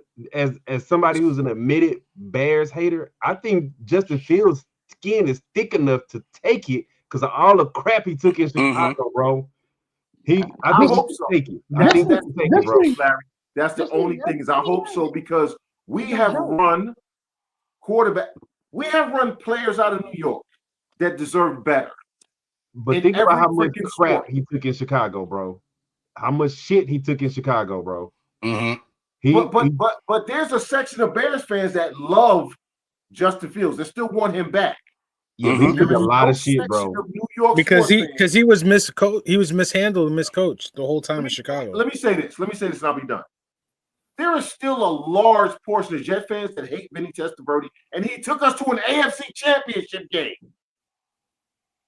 And the entire season, we were going to the AFC Championship. They said we need a better quarterback. I remember that, and Chad Pennington was there. Am I lying? The entire no, you're not, because Chad Pennington was the shiny toy in the box when they have Vinny Testaverde. There you go. And honestly, I think if Vinny didn't tear his Achilles in game 1, ironic, right? Yeah. It would have. I think it would have ended up better for him. And he was criminally not underappreciated. Yeah, I think he was. Yeah, underappreciated. he was underappreciated. Yes, he was. And I think his whole career, because he had a pretty good career in Cleveland before Steve, that's what I'm talking about. Barry can attest to it. 1998, we went to the AFC Championship game with Vinny Testaverde. That entire season, you know what the majority fan base said? We want to see Chad Pennington. Yeah. I mean, and Chad Pennington was nice until his arm fell off. You know what I'm saying? So I mean, it was the shoulder. It was the shoulder injury. We don't want you, bro. We want the guy behind you because you ain't good enough. It was that nasty hit. No, he fell on it, right? Didn't he? He fell on it. He rolled out. No, he didn't even fall. He got hit, right? Rolling out. He got to throw the ball. He was rolling out to make a pass, and his Achilles snapped. But you know, I'm talking about. We're talking about Chad Pennington. Oh, Chad. Oh, yeah. He got. Yeah, it was a hit. Yeah, but he I got think hit. Vinny Testaverde went. He tried to get it was a run at the 1 yard line or Yep, something like that, yep, and he yep. snapped his Achilles. But And um, James Greenwood, the Jets aren't smart enough to draft Shador. but he not gonna make it because Barry's not gonna. The Giants not gonna make it. The But Giants No, not he dude, ain't gonna making get that. paid. Yeah, If he the dude, Giants let Shador get past them, Barry, no, bro, think I'm why getting you think they ain't arrested been? in New Jersey. I'm getting arrested because I'm gonna beat the Meadowlands trying to break in. yeah, Dude, real talk. I mean, I think Justin. I think Justin will be fine because, like I say, man, he took a ton of shit in Chicago. Serious was one of them that he was the starter. Y'all was 4-2, and what they kept saying, we want Russ. Bring in Yes, Russ. I yes. think Justin has Mhm. been through enough shit to say, I'm gonna tune everybody out. I'm just gonna come and play my game. Larry, what I'm saying is Justin still has room to grow as He a do. passer, as a quarterback. We are not, as Jet fans, going to give him the grace But to I think yeah, grow. they're, Jet fans That's aren't what I'm he'll tune patient y'all enough. out. I think he'll They're tune not, y'all out, and he'll just do what I need to but do because I I've been think there. Jet fans aren't patient But because what? But yeah. But they've been all I'm waiting saying for is it. like But you give Jordan Travis that leeway. You give him No, that no. grace. Listen. I said 7 games for Jordan, 3 games for Justin. How many games are in the NFL season? 17. 17. Okay, 17 for now. look at the numbers I just gave you, Yeah, for bro. now. Yeah. Dude, I but just look at the numbers. I said 7 for the rookie Yeah. and 3 for the established starter. We're morons, bro. yeah, but I The think just the only I think thing the Jordan he only on his way out because I was reading up about what him and his agent was saying about how they try to rush him Yeah, back and he got a setback. I think he gonna be like, you know what, I'm gonna take my sweet damn time and y'all gonna trade me up out of here bro. because he I was need kind of somebody to pissed. trade for Jordan Travis. I need some team that's smart to trade for Jordan Travis. He's not going to run from competition, but no. I need a team that's smart and then wants to make a long-term investment to trade for Jordan Travis. I need a better The only owner thing than that's Woody unfortunate Johnson for me though, to have Justin Fields. the only thing that's unfortunate for me, and we can move on, is that I think Justin Fields, to your point, can be a starter in this league. I think he Mm-hmm. can produce, but we got to look at the facts that he's going to have yet another offensive coordinator, a new Yeah. system, Bam. and Mm-hmm. he's basically got 1 year to prove it, and And he that's needs why a I said couple after years. 3 games, Steve, that's why I said after 3 games, they're going to be crying. They've been calling for his head because he has to adjust to a whole new system again. I mean, as much as he didn't, I think he didn't want to go back to Pittsburgh and Series. You can correct me if I'm wrong. I felt it was the level of disrespect that Mhm. he was 4-2, and they pushed him aside for Justin, not for For Russell Russ. Wilson, and not Mhm. even that. Mike Tomlin never named him the starter, even though they started the season 4-0 or what have you. And I think he took it personal, like Mm-hmm. Michael Yeah. Jordan. And And he shouldn't have. He shouldn't Mhm. have because what did we all say on here? We didn't even want Justin to start in Pittsburgh. We wanted Right. him to sit for a year, Mm-hmm. learn, and then start the season after Russ. Yeah, That and was our plan, Russ fam. wasn't That was our plan, Russ wasn't right? ready. Russ wasn't ready with the injury, Exactly. and I know, no, and I that get that. But what I'm saying is our plan for Justin was don't play first year in Pittsburgh, learn how to read the entire field, learn from Russ, because Russ is a right. good dude. Russ is going to give Hmm. you everything he's got. He's going to give you all information, all that stuff. But The Chandler, year after Russ was supposed to be Justin's time. Justin Yeah. got the red ass, right? He got his butt on his Deservedly behind. so, though. I mean, but yeah, deservedly so. Now, Right. I don't think so. Because again, if you are, here's where being able to be honest with yourself comes in. Here's where being able to, and I said this to you guys, and Larry thinks I got some. I don't. Justin wasn't ready to be the quarterback they needed in Pittsburgh because he He wasn't ready in still can't Chicago make the either. 7 throws. He still can't make the 7 throws. If he had Yeah. if he had taken what they did the right way and not got his ego involved, right? I think this year Justin could make the 7 throws. Mm-hmm. Yes, you know that's what? it. You know where I'm gonna go with that, and I'm Yeah. gonna tell you right now. All right. Sirius probably know better than us, and his dad probably know better than us. if that was the plan and that's what y'all gonna do, right? Because I feel like they just said we're gonna figure it out. Who's gonna start? Russ is the starter, That part. we're gonna figure it out. Because if they had planned on doing that when they traded for Justin, they would have gave him that 2-year extension, that 3-year extension. That's the Because part, of the Larry. fact that they brought him in on 1 year, that means that you're telling me, okay, there's an open competition and I might be the starter. That's and the because part. he was That's the part. I that's agree the with part. you. I agree with you because they You never don't- told him what we all said should happen. They never told him. Now, if they told him, hey, look, we're gonna give you this extension, like you said, it would have probably been the same amount of money they paying him now. Hey, we're gonna give you an extension. You're gonna sit, learn behind Russ, and then we'll let you be the starter next year. He would have went into the season knowing that's what the game plan was. And like I said, the fact that Tomlin never named him a starter, and they were winning, you know how it is. You're like, oh man, I was on the bench, but now I'm starting and we winning. And oh yeah, man, I'm feeling myself. What? I gotta go back to the bench? What? Man, I just scored 42 last night, man. Like, what happened? I gotta go back to the bench? Like, the last game that he played, what they put up series, what, 34? 30 something? They played the Raiders. It was like 30 something. No, It was 30 something. And then now I gotta go back to the bench? What? I would be in my feelings too at that point. Like, if he came in there, and I'm this is just me. If he came in there and they had a losing record, bench him. If he came in there and they were like still scoring 9 points, 10 points, okay, bench him. The fact that he was already coming off of a hot game like that, and I have been getting on serious about it. I stay in this. 32, I stay in the message. 32. I stay in the messages on the Steelers show, bro. You could tell by his demeanor that he was pissed. He was like that guy that you go to work and you just be like, you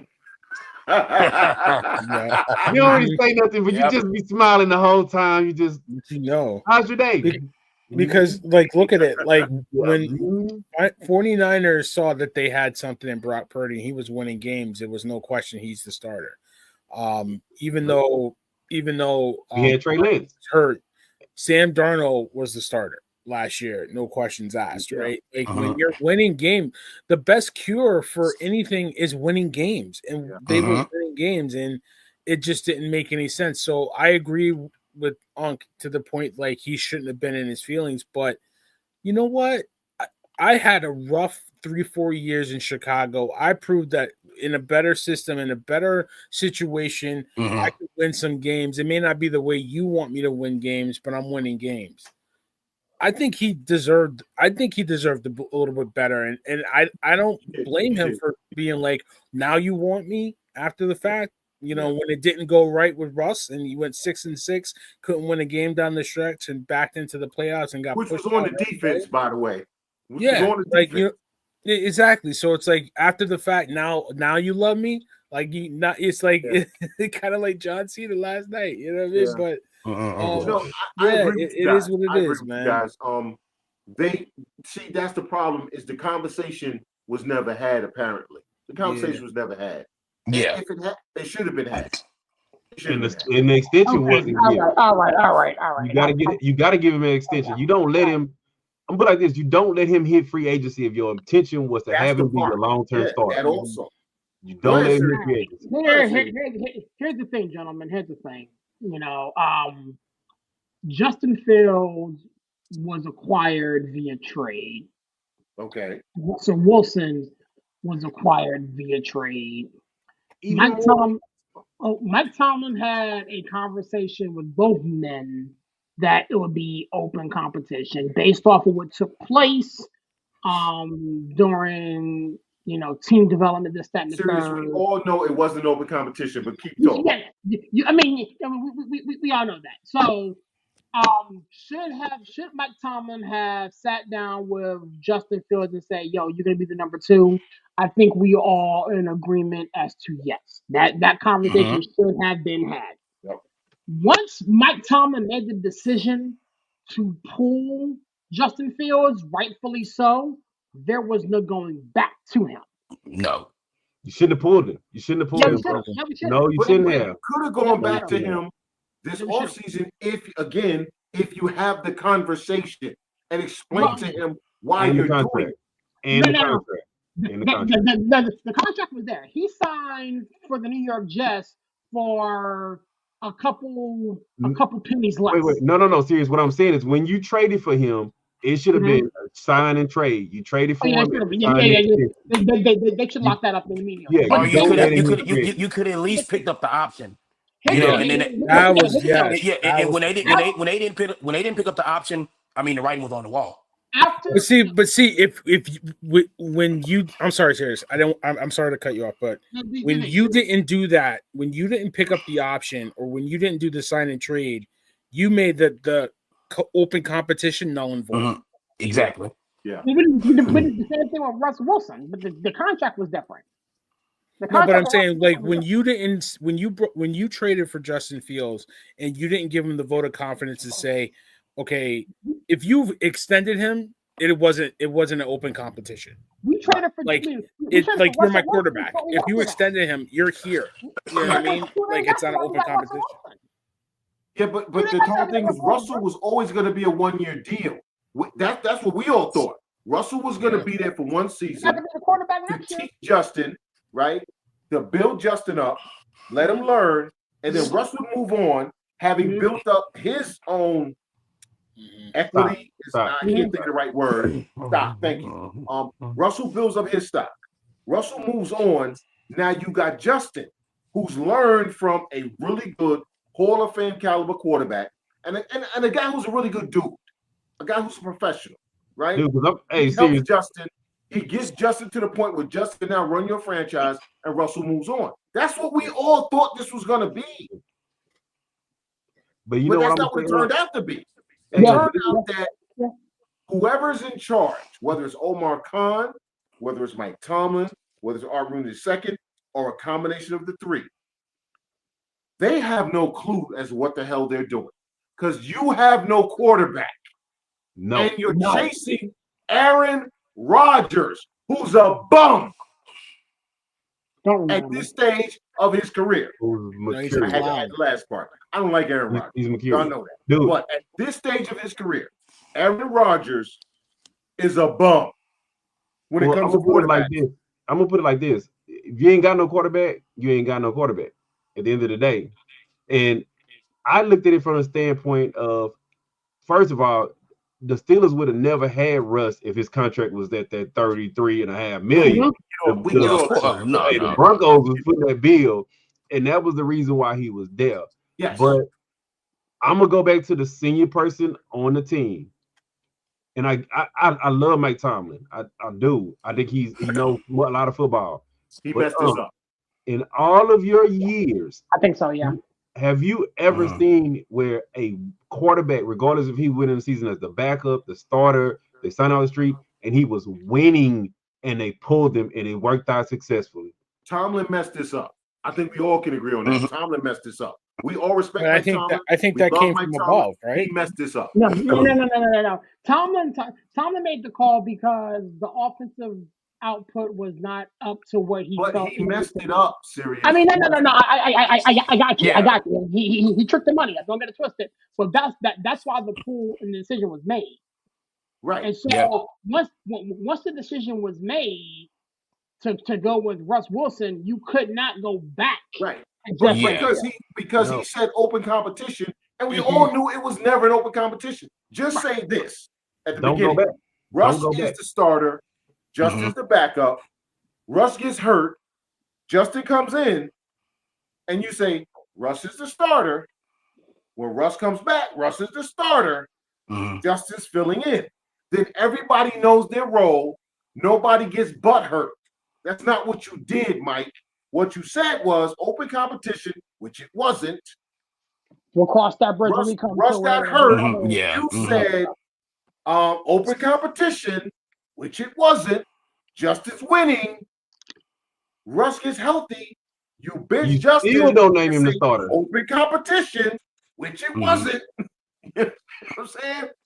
Yeah, bro. I mean, and then you fast forward to now to where you have Skylar Thompson and Mason Rudolph as the quarterbacks. Yeah. And Cam Hayward came out and pretty much told Aaron Rodgers, poop or get off the pot.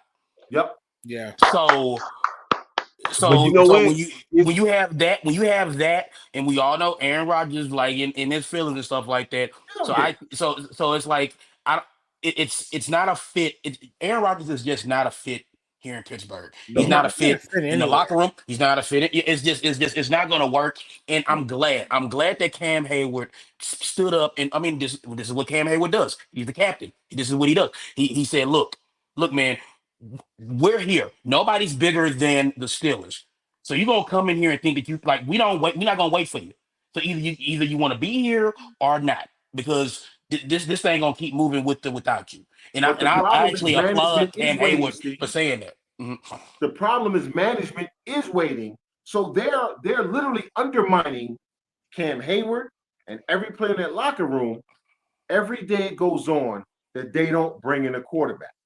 I'm just glad that Cam Hayward, like, and I'm not shocked that it was him, because like I'm not TJ either. Watt, TJ Watt kind of like stayed to himself, like the He's other a guys, baby. whatever that, you know what I'm He's a saying? It's baby. like, yeah, it's like Cam Hayward pretty much said like yes or no. You know what I'm saying? Yep. It's like let's move on. Either you gonna come here or you not. You Right. know, so I just, and I'm pretty sure he got a phone call from Rooney too, Yes. and from Omar Khan Yep. about that comment, because it's like, Most Cam, what you doing? We actually want this guy to come here. You definitely. know, Most And definitely. Cam's like, so damn what? so Like, honestly, what? Who cares? like it's either you want to be here or you don't. Like, to your Right. point, you're absolutely right, because you got offers from the Steelers, you got offers from the Giants. You got Those are the offense in two the right. teams that are gonna go after you. I mean, you think you're gonna go to Minnesota? That's not happening. But you know, So I'm gonna I tell hope you, Jameis hey, doesn't sign there. but Jameis, you know what? This, Jameis needs to be in New York. yeah, I Yes. would love, Yeah, I would love yeah, that. yeah, he does. I Yeah, he don't does. believe they will, but I really want the Giants to draft Shador if they sign Jameis. Yep. And Barry knows this. no, Barry I knows want them to this. sign I want Shador Jameis- regardless, but the Mhm. best I want fit them, right. I want them to draft is Shador right. and sign Jameis. So Jameis can, take some of the beat up while Shador gets ready. But I Jameson don't is believe a. the Giants are that smart. But Honestly, while you don't. playing around, Jameson knows how to be a pro. Yeah, There Jameson you go. in his career. is a really good locker room guy. He'll teach you how to be prepared Yes. every Mhm. game, Yes. and Yes. Yep. I actually like Yep. it. And The I'm best gonna put it thing like that this. happened to him was him going to So, New Orleans, Larry, right? yeah, Yep. that was the best thing that happened to him. He learned how to be a pro, handle any situation, keep the locker room motivated. Mhm. This is the thing that I don't like about that whole Cam Hayward statement, right? Pretty much all of the quarterbacks that were free agents are off the board. You know what happened when it's lights out at Fat Camp? A jelly bean is steak tartare. Say Because what? right now you got jelly beans, bro. I have I'm no Here's the just idea funny what telling you you. thing. just said. You gotta repeat that. I'm gonna I keep have it. no idea what you just said. I'm gonna keep it a whole bean. I'm gonna keep it a whole I'm bean. saying I it's when understand what I'm saying. I understand what I'm saying. But yeah, here's the thing. I'd your much options are running rather out. at this point. Again, that's your point. I'd much rather at this point roll with Mason Rudolph. I would much rather at this point roll with Russell Wilson. Are you I'd much serious? rather at Oh, this Russell, point. yes. I I'd mean, much I rather can at see this Russ. point. I can see Russ if he I'd make much it out of rather at this Cleveland. point. I'd much rather at this. He got out of Cleveland without a deal. He went to New York, didn't sign a Oh, deal. okay. Because Yeah, he Just wants saying. to be in Pittsburgh. He wants to be in Pittsburgh. But we're sitting there playing, whatever with Aaron Rodgers. You know what I'm saying? Yeah. Everybody's doing it because it's just the name. It's not It's the anything you name. saw last year Why from does this team. anybody want Aaron Rodgers? Because Okay, Because are it's we the the only name. people who watched him play? Are we the It's only ones who it's watched him it's play? it's the name. Mhm. It's the Mhm. name. Like this guy's gonna You be can 42 sell years jerseys. old. You can sell Yeah, jerseys. You But can but but people. but It'll but it's generate not like it's not it's even nothing it's not about even it. Yeah. selling jerseys. They're enamored with what he used to be and not what he is. the correct. Right. Steelers are So not supposed to Wait. be that stupid. No, wait. I yeah, gotta step in, bro. Like, if you look at the numbers, Aaron Rodgers had a good season, bro. If you look at the Okay, numbers, not a right? great one, but a good one. And but we not a watched him great one, play, not a great Larry. one, not a great one. But this is what We I'm saying. watched him play. But this, just like real talk, just like teams are going after Russ. Russ didn't have a great season, but he had a good season, But right? he played better than Aaron Rodgers. Look at the numbers. I'm telling Bro, you, what if I these don't care teams? about the numbers. He He beat Aaron played Rodgers. better. But this is what I'm telling you. This is what I'm telling you, and this is we all football guys. When have you not seen a team say, you know what, we just want a vet who can play? And Aaron Rodgers is a vet who can play. But he can't play. he damn near threw for 4,000 yards last year. Bro, He had 4,000 yards in that I room. watched every Jet game. Okay, I'm just saying. Let me tell you what he did. 1-2 steps, I gotta get rid of it. 1-2 steps, I gotta get rid of the ball. 1-2, I gotta get rid of the ball. And I get what you're saying. But That's how the many best times way to have you get seen? rid of the ball. Yeah, but how many times have you seen teams sign these vet quarterbacks, bro? It's dude. How you think Dan Orlovsky landed 12 years in damn league, bro? That was with the Lions and bad teams. Because they wanted a Steelers are supposed to be smarter than that. Because they wanted a vet. Aaron Rodgers can do the 2-step drop and get rid of the ball. Yeah. I mean, that's what Mahomes did. Like, how many games did the Jets win? Dude, we just talked about how many games did the Jets win? But I don't know, bro. Just saying, we just talked they about won 5. How many games did Justin Fields win? 4. So basically, Aaron Rodgers and Justin Fields had the same damn season, but you want Aaron Rodgers over Justin Fields. How does that make sense? I'm not talking about the win-loss record. I'm talking about what the quarterback did, bro. Dude, my head hurts. What's dude that played that they kept pulling Richardson for in Indianapolis? Flacco. Flacco. Because Flacco can still throw the. They really put him off his coach. How many games did Flacco win? How many games Flacco win? Flacco won a playoff game. But you got to remember, no. These teams don't care about winning. They need a vet to still play. In Indianapolis, Joe Flacco won nothing. But he was signed because he was a vet who could still play. That's it. Flacco won a playoff game in Cleveland, right? In Cleveland, not in Indianapolis. No. He didn't. No, they lost to the Texans that year. Oh, they lost that game. My bad. Yeah, they lost to the Texans. It was he dragged that team to the playoffs after they lost so many players. In Indianapolis, he lost games. All I'm saying is this, bro. There's the talent level in Cleveland and Indianapolis, those two teams, those rosters. Okay, and Joe Flacco was a bum in Indianapolis. But my point is this: there are certain franchises in all sports that are supposed to be above the nonsense, right? There are. There's here and there's here when it comes to running a franchise. The Steelers are supposed to be here. And now, there's the answer right there. You know what? Dude, real talk. If the Steelers was above it, they would have never signed Russ to begin with, because Russ didn't have no world beater season in the Bronx in Denver. In the season, yes, he did. He had a horrible season. Russell Wilson did not have a bad season his last year in Denver. We said he did not. They shut him down. They shut him down. He was having a good enough season that they shut him down. Yeah, he was playing too well. The season before he stunk it up. The first season, that's fine. The first season, exactly. The first season he stunk it up. Aaron Rodgers won 5 games. He won 5 games.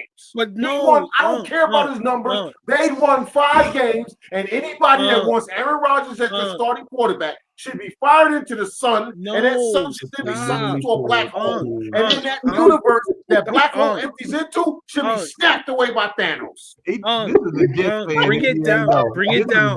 You got to take the Jets. You got to take the Jets. Not the Jets hate the Jets. The just that feeling out of it. If the Steelers have a better roster than the Jets. If Aaron Rodgers had the same stats he had in New York than on Pittsburgh, the Steelers are going to win. If the Steelers sign Aaron Rodgers, they're not winning 6 games.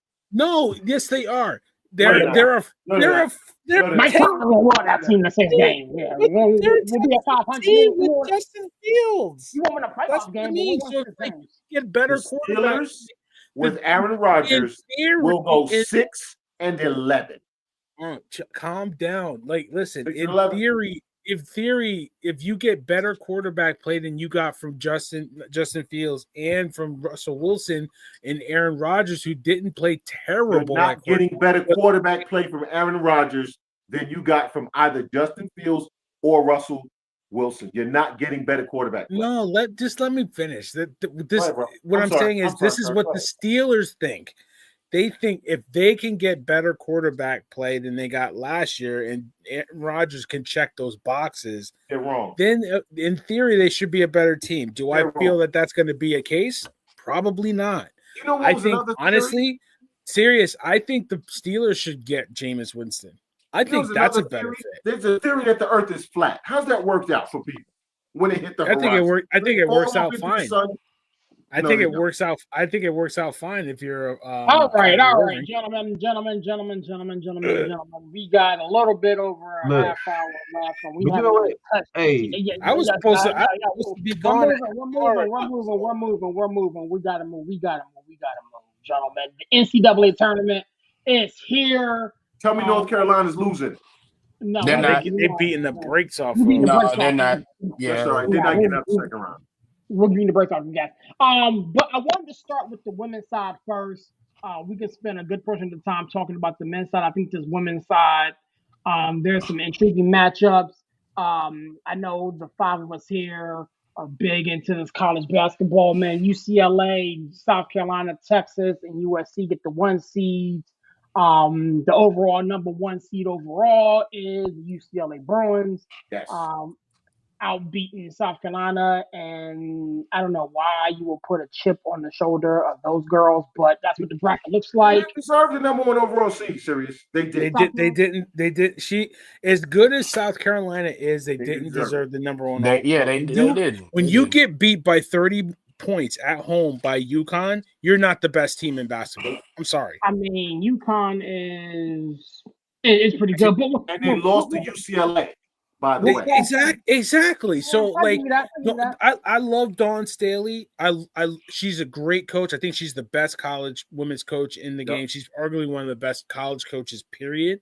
But her argument is moot because you lost at home. You lost to UCLA. She's trying to say, well, then I should just schedule anybody and get my wins and get to no. It don't work like that. Listen, you had a great schedule, and I applaud her for having the schedule that she had, but you lost. Period. Okay. I get you that. But long story short, I feel sorry for these ladies in the East bracket that have to play them. Oh yeah, they gonna smoke it. But I told y'all when Ashlyn Watkins got hurt, I told y'all South Carolina's not winning the championship. I told you. So who do you think beats them? USC. I think USC wins the championship because Juju Watkins is the truth. Juju's the truth. UConn, baby. Juju's the truth. Paige is coming, bro. Paige. So looking at this bracket, man, talk to me, man. What you guys have that? CK, you awfully lively today, man. Talk to me. I love UCLA, I love USC, and I love Connecticut. I'm always going to root for South Carolina because of Dawn Staley. Mm-hmm. Okay, I remember her playing, right? I remember her coaching, all of that. I think without Ashlyn Watkins, I don't think South Carolina can win a championship. I don't. Ashlyn Watkins brings and brought a level of a nickname is Ashlyn Schwatkins, bro. Right? She's a monster on defense.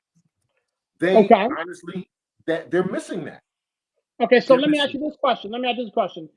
Who trips them up in the East before they get to the Final Four? Bro, you know I can't see this. You know I'm old. I can't. Can you blow this up? Wow. So I can see the bracket.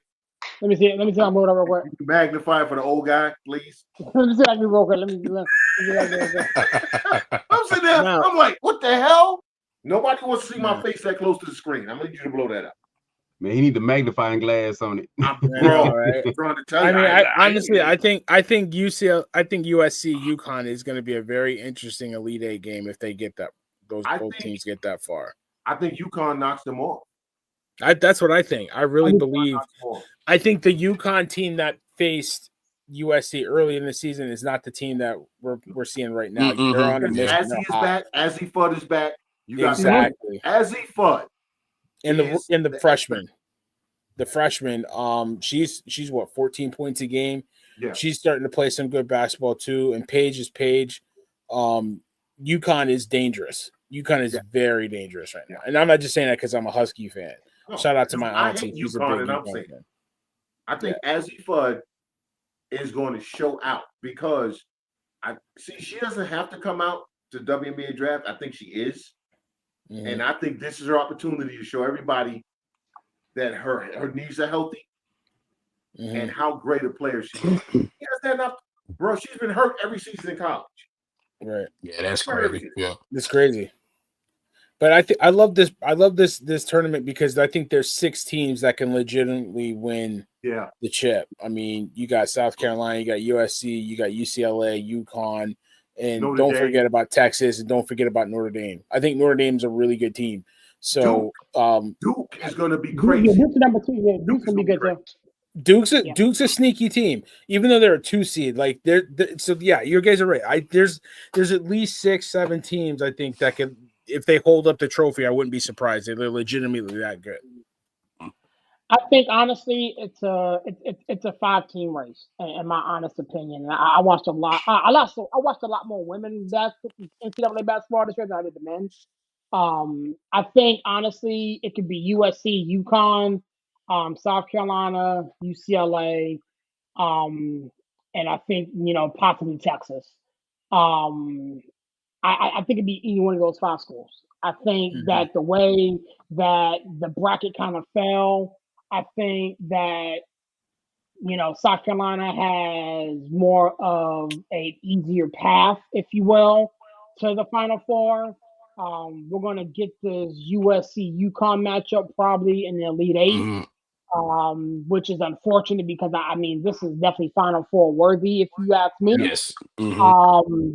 But yeah, this matchup is going to be insane. UCLA is the number 1 overall seed. I can see UCLA getting tripped up by Baylor. I can see UCLA getting tripped up by NC State. But again, I can make a case for UCLA winning the whole damn thing. Coach, you haven't spoken about this women's bracket. Where's your head at, my guy? I mean, it's a thing where like in years past, it was like, okay, UConn or Tennessee or Stanford, and let's get okay, let's pick one of them 3 or whatever like that. But that's why I love just the parity and where women's basketball is right now. It's in such a great spot because again, look, I'm a homer. I'll admit it. Is like I think my Lady Longhorns are good enough to win the whole thing. Yes, they You know, are. and this is the team where y'all talking about South Carolina. This is the team that beat South Carolina.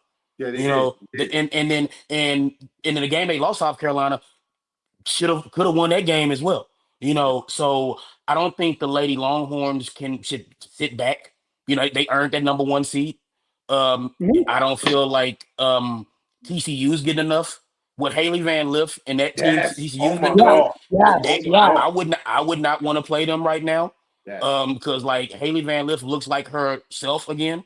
Yes. Because like LSU had her playing, background, to like albeit to Fly J and the injury stuff like that. But it's like Haley Van Lith has reintroduced herself, so to speak, and has taken this TCU team on her back, and they have a pretty good draw. So I like TCU. You can never count out a Kim Mulkey team as much as we can't stand Kim Mulkey. It's like she gets her teams ready to play this time of year. She knows how to motivate teams this time of year. This is what she does. And Steve, like Steve, I know it's Booker, but who's the other young lady on Texas whose name I can't remember? It's Booker and somebody else. He dropped off real quick. He's having technical difficulty. We'll get him back in the building. But It's yeah, Madison Booker and somebody else on Texas. The other young lady is the one who doesn't get enough credit for what they've done, and I can't think of her this name. woman's. This women's field is interesting. Steve is now back in the building. All right, I'm back. I'm sorry. Yeah, like yeah, I know you're talking. I can't think of the young lady's name right now. It's like she's the guard. She's really good. Like oh, good grief! Like I was just talking about her to the wife the other day. I can't. Her name escapes me. But yeah, it's like Texas has enough. Like I said, TCU. I'm gonna tell you something, guys. Like again, because I watched a lot of this team, and I don't know how I ended up watching a lot of Indiana women's basketball. That potential second round matchup with South Carolina. South Carolina better come ready to play. That's a good Indiana team. That's a really good Indiana team. Yeah. They rebound. They play defense, Yeah. and like South Carolina better not look past Indiana. They better not look past Utah. That South Carolina's gonna have a tougher than people expect second round. Now again, they're probably going to win because they got a chip on their shoulder, but I wouldn't be surprised if that's a tough second round game, depending on who wins, be it Indiana or Utah. Like I said, I like TCU. I'm gonna tell you something.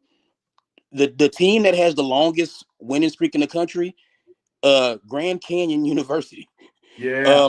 Like those girls have been out there playing. They've won 30 games in a row. They're a team that they got a pretty decent draw. Guard play. If they play up to their abilities, they can make one of those Cinderella runs to like the Sweet 16, Elite 8. There is another team that I like. I like Wisconsin Green Bay. Really? They're very good. Like they have a low key a really good women's program up in Green Bay.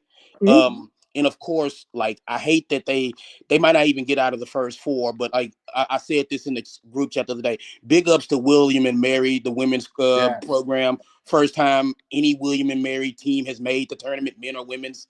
So I would love to root for them, but if they get past their first four game, they got to play Texas. So I mean, of course, like Harvard, black woman's head coach. Harvard. She's not going to be at Harvard long.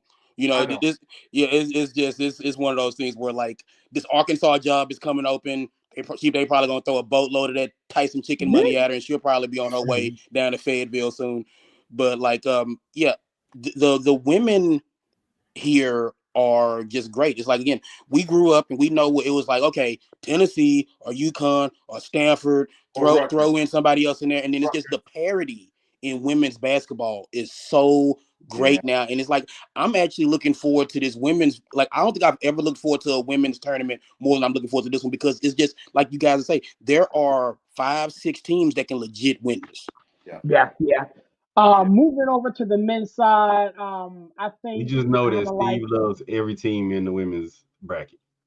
I mean, bro, it's better games. Larry, don't do that. Don't do that. It's like we talking about shit. It's like, well, fuck all the teams then, Larry. Goddamn. Like, what we doing here? Goddamn, man. Shit. Like, this is my favorite. That's my favorite. This is my favorite. Dude. Hey, I'm gonna just say this, bro. This is me. I feel like it's South Carolina in the There's rest, 60 fucking teams in the goddamn. Fuck them all. Like, what you gonna do? What you gonna do when it's 87 teams in the bracket, man? I watch this shit. We know how much you hate women's basketball, Larry. No, I'm sorry. I don't hate it. I just don't think it's as good as the men. I will not. Well, here's the deal, gentlemen. Let's move on to the men's side, man. We got but I was just saying, I think that it's South Carolina and everybody else's, bro. I mean, not this year. I'm giving. That's his opinion. That's his opinion. Because you know why I say that, Steve? I do watch women's because I look at it from this standpoint. Just like South Carolina pulled out the championship against Texas, bro. They're not running up into an LSU team. They're not running up against a Caitlin Clark. That team is still battle tested, tournament tested, bro. I'm not gonna go against them until somebody beat them. What they say? Did you the man until you beat the man. Did you watch USC? Did you watch Texas? I did, bro. Guys. How many Notre Dame games did you watch, Larry? It's his opinion. It's his opinion. Let him be. No. Get into the tournament. We're not gonna have bad opinions. No, yes, you have bad opinions all the time. I never have bad opinions. I have bad facts. They're not bad opinions. Okay, you know what? I'm out. I'm done with y'all. I'm done. You're talking about a team that literally has been to the Final Four damn near every season, bro. Okay. Or at least 8 damn near every season, bro. That is a battle. Dude, Dawn is gonna probably have her team ready to roll. They're gonna probably beat the brakes off of. Is Ashton Watkins playing? It don't matter. They literally got 5-star recruits that's barely getting a minute. Who have not? Okay, I'm done. To the men's side, man, we got a lot of more questions that need to be answered over on the men's side. Number 1 seed, Auburn, Duke, Houston, and the favorite Florida Gators. You know what, Larry? Talk to me, my guy. Since this is your bread and butter. Let Barry go. Actually, let Barry go real quick before he turns into a pumpkin. Vela, talk to me, my man. Where's your head at? You already head nodding and stuff. Listen, I think I think it's gonna be a really good tournament too. I think last year it was UConn in the field. Yeah, it was a UConn Invitational last year. It Yeah. was the UConn Invitational, and everybody knew UConn was the best team in basketball this year. Florida looks really good. I think Tennessee is a sleeper. I think they're super talented. I don't know if Alabama has enough this year. I think early they did. Later, I think they kind of faded. Duke is Duke. I can never trust them, but if Cooper Flag is healthy, that's a scary team. I like what I see from Auburn. I actually picked Auburn to win it all this year. I think there's sleepers. Listen, I was talking to guys at the barbershop, and it's like you got to pick 12 seeds, you got to pick 11, and then you go from there. I think VCU is a team that is going to get to – I think they're going to get at least to the Elite Eight. I like VCU to make a nice deep run. I like Drake. I think Drake is a solid team. I don't think you can be on the show anymore. We don't mess with Drake around here. So I it's probably a minor. Listen, mustard on the beat. Ho. Listen, I do like them. You know what? I got one upset for you, and I think High Point's going to beat Purdue. They are. I just smell it. I smell it in the air. But I like Drake to beat Missouri. I like High Point to beat Purdue just because. And I think the Johnnies are going to the Final Four. They are a tough team. No, they're going to lose to Florida. They're going to lose to Florida. I think they can trip them.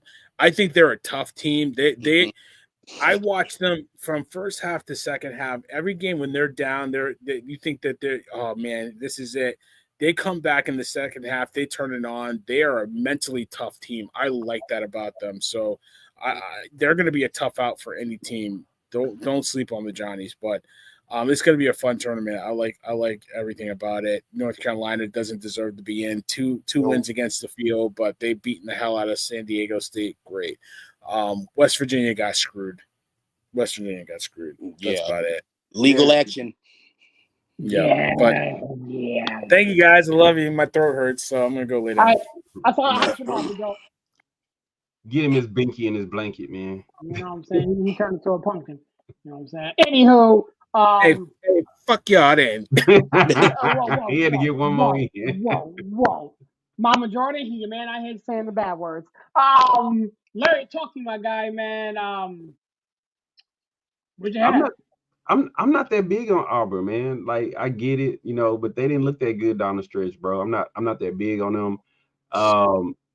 I know y'all know how I feel about bro. Can you put the bracket back up, man? I ain't got it memorized, brother. I mean, you can't see it, and I ain't memorized it, bro.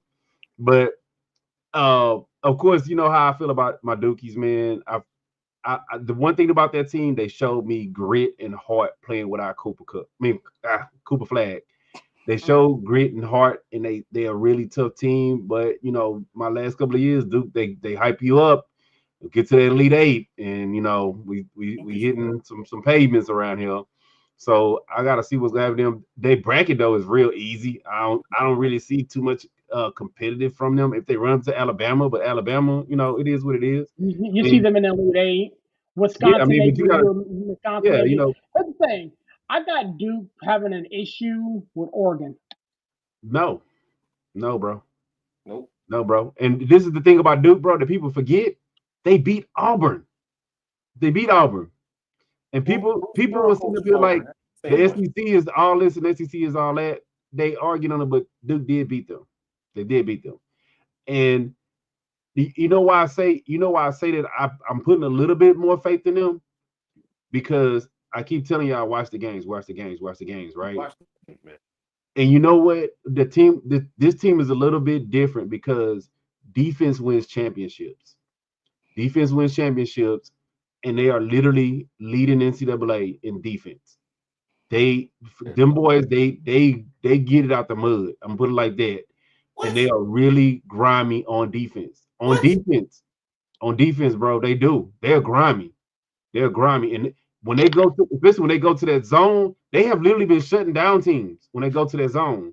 So I'm gonna see what's gonna happen. My wish, and Steve, I know you 100% with me. My wish for all hell, bro, if U of H can pull this goddamn dang out, bro. I Yeah, but it's gonna be tough because yes, I feel I was like just about to that. say. I feel like that's a tough wing of the bracket for them to come out of. Clemson, dude, they will face Clemson in the second round, bro. Yeah, Do you know yeah, how and tough of that's an tough. out Clemson would be if You Clemson got be past St. East? Houston, you got Clemson, you got Yeah, Kentucky. Kentucky's gonna get bounced in the Sweet 16 anyway. dude, they will face Tennessee, really gonna UCLA be or tough out. Tennessee. Yo, I think Clemson goes on a magic carpet ride. To be honest with you, don't sleep on They, Clemson.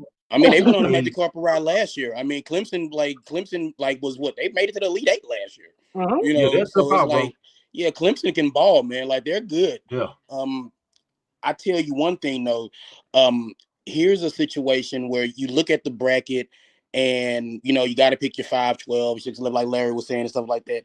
And James actually brought it up, man. Look, I watched a whole bunch of that Colorado State Boise State game the other day. Man, Colorado State yeah, can ball. yeah, Okay. Uh-huh. Them boys yeah. are good. I really had no idea, but I really like what I saw from them the other day. It cost Boise a spot in the Yep. tournament, losing that game. It was pretty much a game to see who goes to the tournament. But I do like that Colorado State team. Look, as an SEC guy, yes, I can sit here and admit like the SEC is overrated. Okay, yes, it is what it is. You about But to have a national champion. but I feel like again, I picked Florida as my national champion. It's like, and it's not just recency bias. And I know, and me and Channel talked about this. Was the team that everybody's darling going into the tournament rarely wins, but I feel like this Florida team, what gets overlooked is their defense. They're really tough defensively, and they can score. Alabama can score. They can't stop anybody. Nobody. Auburn can score. They defense has been lacking. It's like Florida is a really balanced team. Um, I like a team that didn't look good against the Johnnies in the Garden a couple days ago. I actually like Creighton to kind of get up off the canvas and make a pretty decent run in the tournament. Louisville Uh-huh. Them Louisville's boys can better. ball. Louisville's better than Them that bo- seed. They're yeah, them way boys better than can that ball. seed. And I just don't understand the committee just as a whole, just totally. I don't know what they were doing. Like Bubba Cunningham was like, I'm sorry, but Bubba Cunningham was too worried about getting the Tar Heels in there. And I just feel like the seeding is a little bit off to me, where some of these teams are seeded. Um, but like Louisville and like Clemson, I feel like Clemson should be a higher seed than what they are. But that's just me. But it's like we'll see how it plays out. Um, like as I'm watching North Carolina now, it's just like if you can get in, anything can happen. And with a team like Carolina, they keep playing, they keep playing, they keep playing. Who knows what could happen? Because they got in, and now that they're in, anything can happen. I did You 4 seen you brackets. seen Hooper go on that run? What was it, 2 years ago? Hooper Mm-hmm. went on Yeah. the run. I did four brackets, and you guys know I'm a Tar Heel fan. And one of my brackets, I just had to. I don't see it happening, but those are my boys, and above all else, forget me. Well, yeah, I mean, and Um, then you got a team like Arizona that's floating out there. mhm, Like Arizona, like they've been inconsistent, and what I don't like about Arizona is something that like you familiar with Caleb Love. Like mhm. when it's money time, like Yeah, Disappears. sure. where I Disappears. you at? mean, You know what I'm saying? where's he at? Where's Waldo? So it's just like Let yeah. me ask So you guys this question, but we can throw it around real quick. A lot of people are high on Michigan State. Nope, I'm not. Why? nope, nope, nope, nope. Okay, Team's okay. not good enough. So Team's not I good enough. thought I would be one of the minority that didn't think Michigan State would get far. It seems like that seems to be the overwhelming understanding amongst the group. Now tell me why. Second round. They get in the second round. I mean, They the don't get first out. round. They don't get out the first. They don't get out the first weekend. Ooh, No. Here's the thing: okay, Tom okay. Izzo can drag his team to the second round. That team So is they not lose very them. So talented. say you got them losing to Marquette. Yes, I a have Marquette them. team. A Marquette team that a lot of people don't watch. That is good. That's tough. Like, and I feel like What side are they in? They're in the South. mhm. Okay. I'll blow it up for you real quick. Yeah, I'm trying to find it because this damn phone is killing me right now. But I don't. Yeah, that helps. That's very helpful. Needed Yeah, that. zoom, I gotta, zoom, Zoom zoom, zoom. in. I You can't see gotta no do the more. Chandler vision. I gotta do the Chandler vision real quick. I don't have Marquette getting past the second round because the team is not talented. They're not that talented. They've gotten as far as they've gotten based on coaching. Not just there you go, my man. Not just Tom Izzo, but the coaching staff. That is not a talented team. So let's see, Michigan State. I just saw them. Yeah, they'll beat Bryant and they're gonna lose to Marquette. Mm-hmm. Yeah. They're gonna lose to Yeah, you Marquette. said, yeah, Marquette. Yeah, Marquette. Yeah, they're gonna lose to So Marquette. they're right. They're right there. Go up, go Yeah, back up. yeah. Oh, okay, I missed it. Right here. They're gonna beat Bryant, obviously. And And then they they're, lose to then they're gonna lose Marquette. to Marquette right here. And Mhm. if Marquette beats New Mexico, New Mexico is such a wild card. Like you just don't know what team gonna show up because they're so helter skelter. It's just like if they can start hitting their threes, then they'll be fine. But it's just like when they don't hit their threes, it goes real bad for New Mexico. But like, either way, Michigan State's not getting out of the second round. Either way.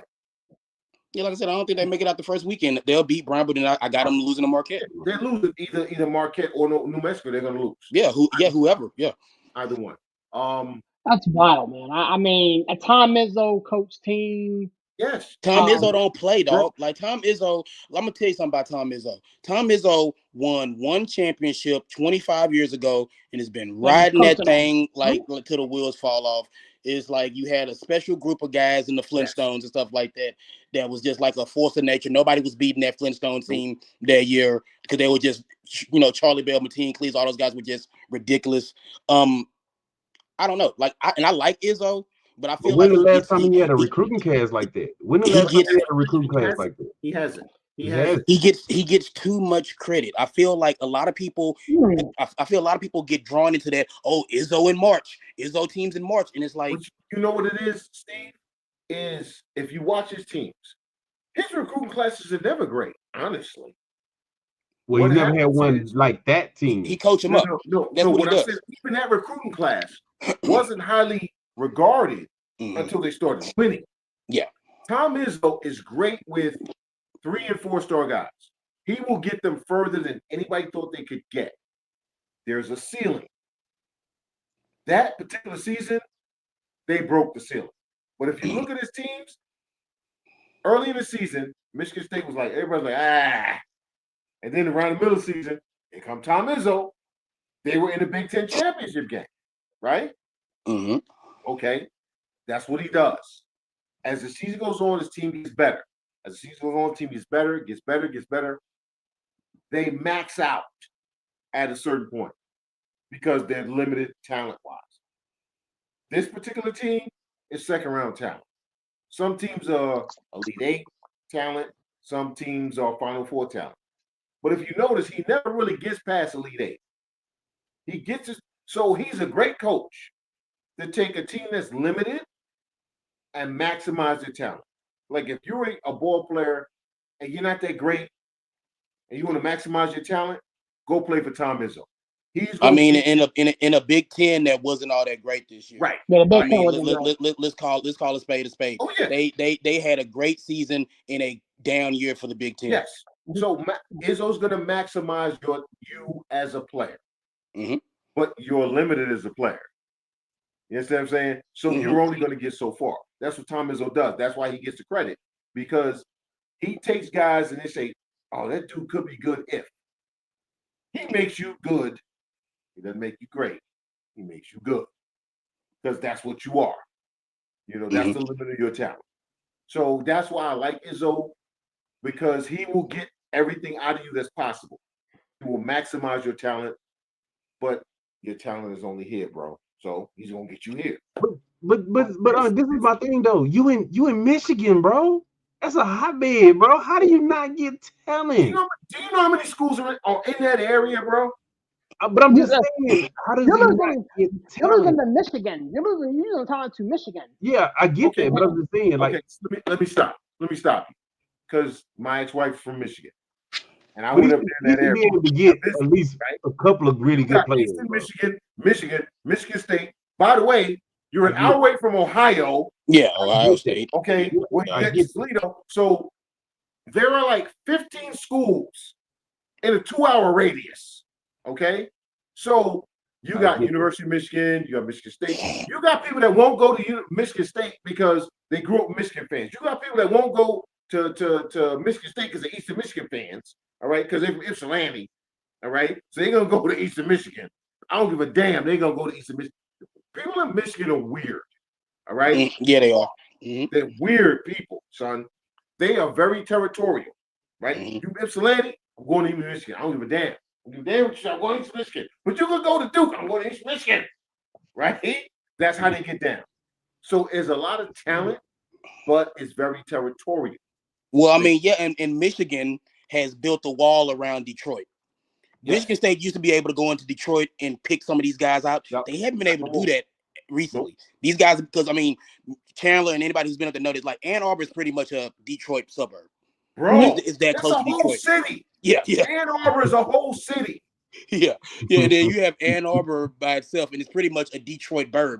You know what I'm saying? So it's like, yeah, when Michigan State stopped being able to kind of go into Detroit and recruit, I mean, and that's why like Izzo had to go to Flint. Like all these boys who were playing, again, like you said, territorial. It's like Flint's far enough away from Ann Arbor, from Detroit, to where like you can get those Flint boys and stuff like that. But it's like until Izzo starts getting back into Detroit, where all the talent is pretty much in that state, you're gonna have these limited rosters. And like I said, I love Izzo. I think he's a fantastic coach, but I think this team in particular, like you said, you took the word from my mouth. They maxed out, and I feel like in a down year for the Big Ten, they won the regular season championship. They did not win the Big Ten championship. No. They lost one in the semis. You know, and I feel like they were kind of exposed a little bit. That Wisconsin team, Wisconsin team is really good. Wisconsin team is really good. Them boys are good too. Listen, Indiana had an opportunity to be in the NCAA tournament when they fired their coach with 10 games left. Think about that. They got a new coach today. Everybody knew Mike Woodson was gone with 10 games left. Mm-hmm. All right. And Indiana was still in the running to get in the tournament. All right. That tells you about the Big Ten. That tells you all you need to know about the Big Ten this year. And then now they have West Virginia's coach. So how about that for like ironic? It's like West Virginia coach leaves to go to Indiana. And it's just like, So but this tournament is going to be crazy. I got Florida winning, even though I said to you guys in the group chat, for Florida. Because when Seth Greenberg stands on the table for a team, they usually lose in the second round. He's the kiss of death, right? I'm going to make another bracket where Florida's not winning because Seth Greenberg is duty's the kiss of death. But you know what? I will say this. Bruce Pearl, choking dog. John Calipari, choking dog. If you look at some of the big teams, look at who their coach is. I love Houston. Kelvin Sampson. What did I say to y'all last year? I called him a choking dog. Mm-hmm. What happened? He got close, bro. He got close. What happened? So, and that Houston team was good enough to win it. That Houston team was good enough to win it all too. And they lost the game they should have won. Lost the game they should have won. Mm-hmm. So, Kansas, Bill Self, choking dog. If you look at some of the bigger teams, right? I was trying not to mention Kansas. I was about to go there. I was waiting on him to finish, but he just hit it on the head, bro. That's why I think Florida should win. Because if you look at the teams that should wind up in the Final Four, it should be Duke, Florida, and pick two other teams, right? But out of those other teams, it's coaches that honestly, we know they're going to lose a game they shouldn't lose, right? So the championship should be Florida and Duke. I'm going to pick Florida because I hate Duke. But if Duke wins, I won't be surprised. No, I don't think anybody be surprised if Duke wins. No. You understand what I'm saying, Larry? I'd be upset. I won't be shocked. I'd be upset. I won't be shocked if Duke wins. I'm going to pick Florida simply because I hate Duke. Well, I mean, the thing about Duke is, man, people fail to realize they literally had the number 1 and number 2. I don't care. I hate Duke. I'm just saying, the talent is there. I'm never going to pick Duke. No, I'm just saying the talent is there to win, so you wouldn't be surprised. Exactly. The talent is there. I'm going to pick Florida because I don't like Duke, but the championship game should be Florida and Duke. If Mhm. everything you just falls put right it, the way it's you just supposed put it- to, should be Florida and Duke. you just put it on my head, dude. I was about to lose my shit because people were sitting up here talking about UNC shouldn't be in, they shouldn't be in. They Did you shouldn't. not watch how fucking horrible Kansas was? Bro, Kansas This is the worst Kansas team I've seen in a long ever, time. Billy Mhm. horrible. and y'all Mhm. sit up and justify Kansas being. I get it, they're blue blood. You want to sell out these stadiums, but if you're gonna sit up here and put UNC in, and everybody's getting mad over UNC, meanwhile, I was like, you know what? We're gonna keep our fucking mouths shut because we put Kansas in too. I didn't feel like Kansas should be in, No, they and shouldn't. this is what really irked the shit out of me, right? Serious, you can dump all this later, bro. This is what fucking pissed me off, right? We sit up and the same motherfuckers that sit up and say, oh, strength of schedule when it come to football, and oh, they should be in, and oh, it's who they played, even though they lost them, they should be in them, they should be in the college football playoffs. There's the same motherfucker sitting up here talking about, oh, well, look at the teams that UNC played. Oh, look at the teams that Kansas played. Mhm. If that ain't the most double standard, stupid Yup. shit that Yup.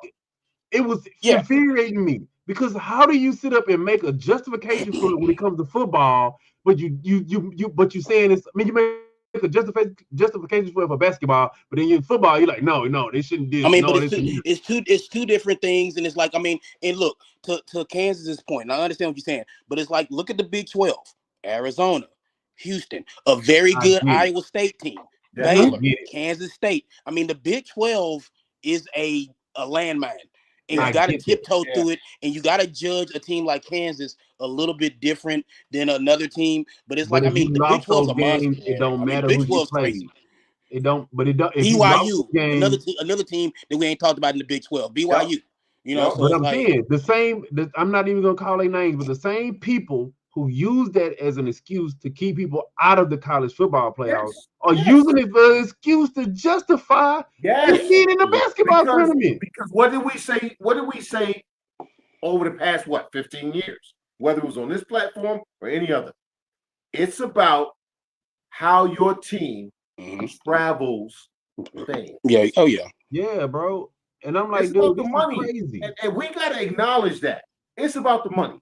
We I know mean, UNC look, shouldn't be in. look Honestly, at all this Carolina blue on a Tuesday night in Dayton, bro, Ohio. Yeah, bro, That's yeah. why they're in the tournament. filling up hotels, Okay.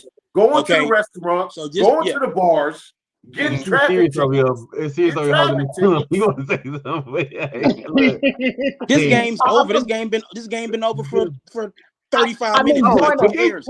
Like, I'm this game been enjoying over. Like, yeah, whatever. but they knew Like, UNC was gonna win this game, so now they about to sell out the next game, it. bro. It's like I said, it's like I said. I hate it when one thing I'll say about don't backtrack on shit he say. Series don't backtrack on shit he say. Steve don't back. Y'all know damn sure I don't backtrack.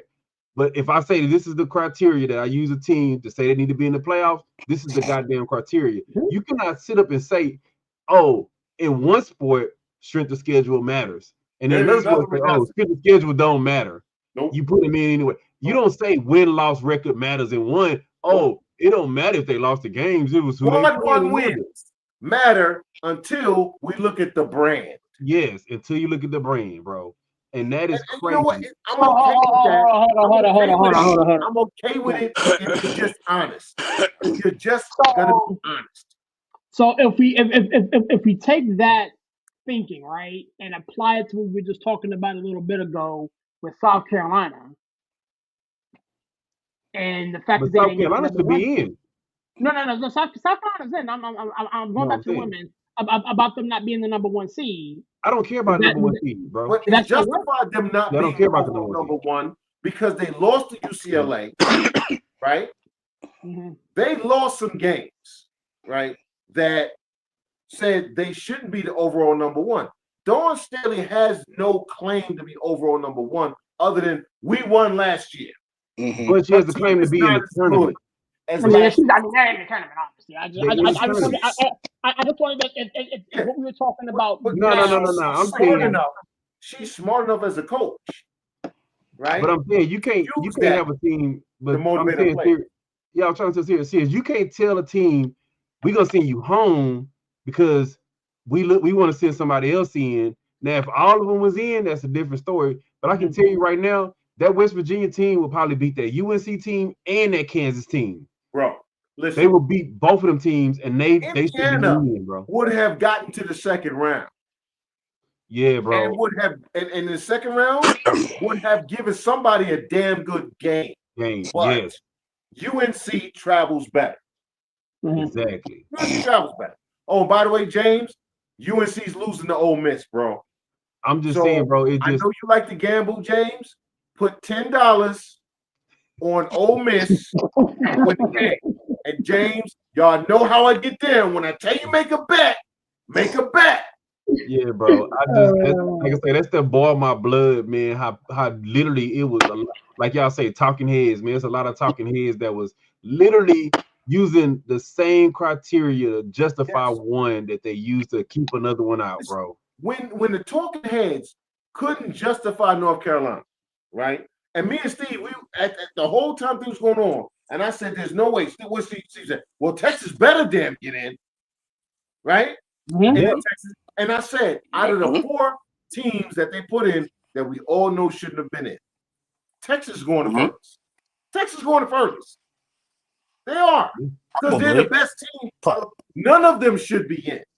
But once you put North Carolina in, you had to put you couldn't keep Texas out once you put North Carolina in. You couldn't. Exactly. I thought, like I said, I was like, once I saw that Carolina made it, I was like, well, fuck, we better be in. We're gonna put Carolina in. Yeah. Bro. Yeah. You know what? What's worse is Bubba Cunningham got a bonus, bro, for North Carolina getting in the tournament. Dude, that's the part.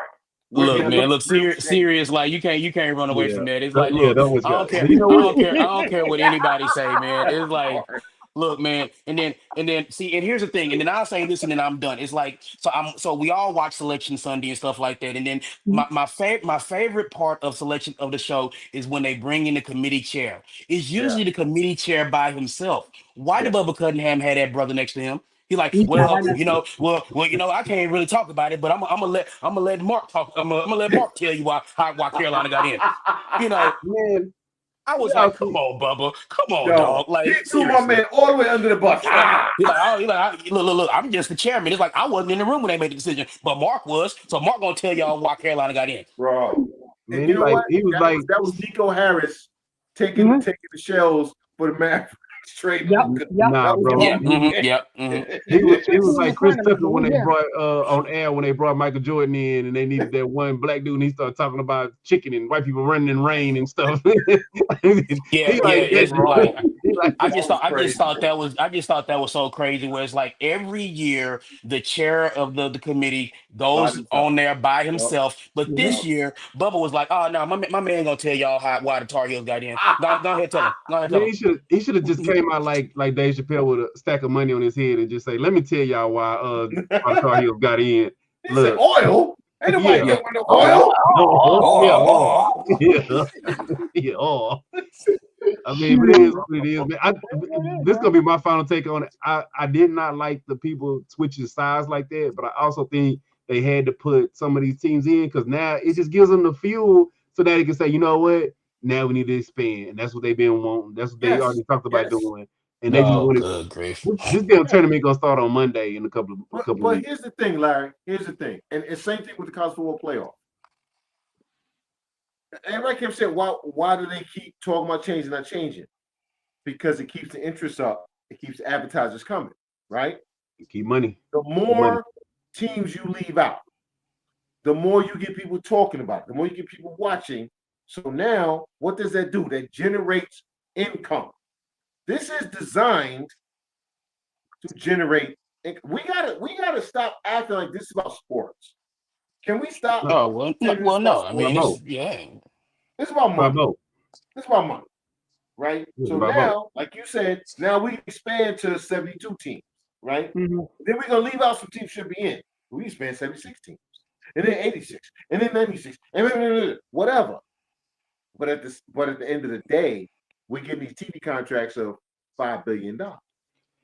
This shit gonna be on HBO and it's gonna be on Cinemax in a minute. Bro, the Think about this. NWSL is on the CW.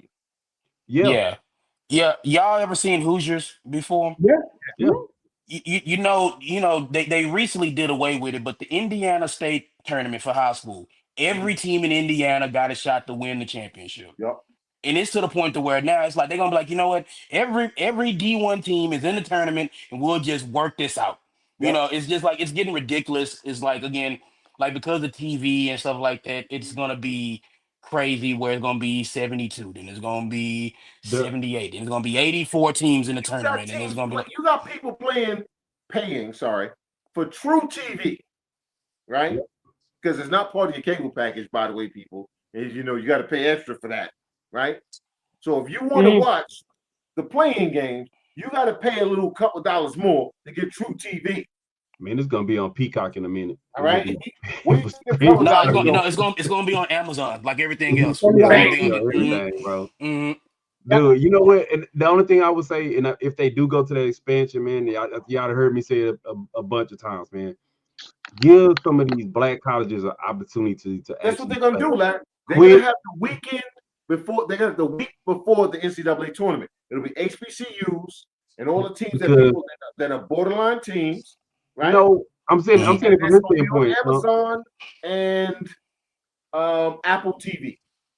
dude. I'm saying it from this standpoint because every year and year out, we see them. They give them the 16 seed, and they playing them against a team littered with players way better than them, and They they get get slaughtered. They getting mollywopped, like you say. Give them an opportunity to play against an 8 seed, a 9 seed, maybe a 10 seed, a team that they could possibly upset. Like But that's we, what we're saying. You go to the 72 teams, and that week before it's called the play-in week, right? And we're yeah, gonna but have then you they on gonna still serve Amazon, them up, Peacock, and I don't like and that. I don't like that. something else. I Well, don't I like mean, that. yeah, I mean, I think again, it's like, and this is just me, and then it's like, I'll say this. I feel like the team, like the Alabama States, the St. Francis of the world, That was a good you game, should, bro. you should reward them by not making them Yeah, play each other. Let them mm, get the full tournament experience. Like, Yep. yes. no knock on what the first four and what they do in Dayton. I would love to go to Dayton one of these years to go to the first four, Ain't but nothing I in feel Dayton like, but that. yeah. But I feel like reward these teams by letting them get the full tournament experience, Yeah. by letting them play the one seed in Seattle or Louisville or wherever the pod is. That's the only thing that I don't like about the first four. You should have let St. Francis go to Seattle and get their ass whooped by fucking Florida. Who cares? But let get them boys that experience to let them do that and go out there. That's That's why my you do thing. the week before. Yeah, but The I week mean, before is to earn the right to go there and get beat. Think I about But it. mean, then but I it's no different than what's happening tonight. yeah, Now, but I I look at get it from that, the but standpoint. it's a week. It's a week of the experience versus one day. Yeah, I look at it from the standpoint of even if you are like Alabama State, you won your conference and you get served up. And it'd be teams like you Mhm, say, these bubble teams, and we're gonna be like, oh, we're gonna give them a 14 seed or 13 seed or even an 11 or 12 seed mhm. that you was on the bubble even getting in. Meanwhile, I gotta go play the top seeded team. Let That's them go okay. play the top seeded team. It's These okay. bubble They teams. Let want these to do bubble that teams go though, play. Huh? because they want to do that because those teams honestly believe they can beat them. Because you know why because you know why I'm saying that, Steve is my H-Town bro.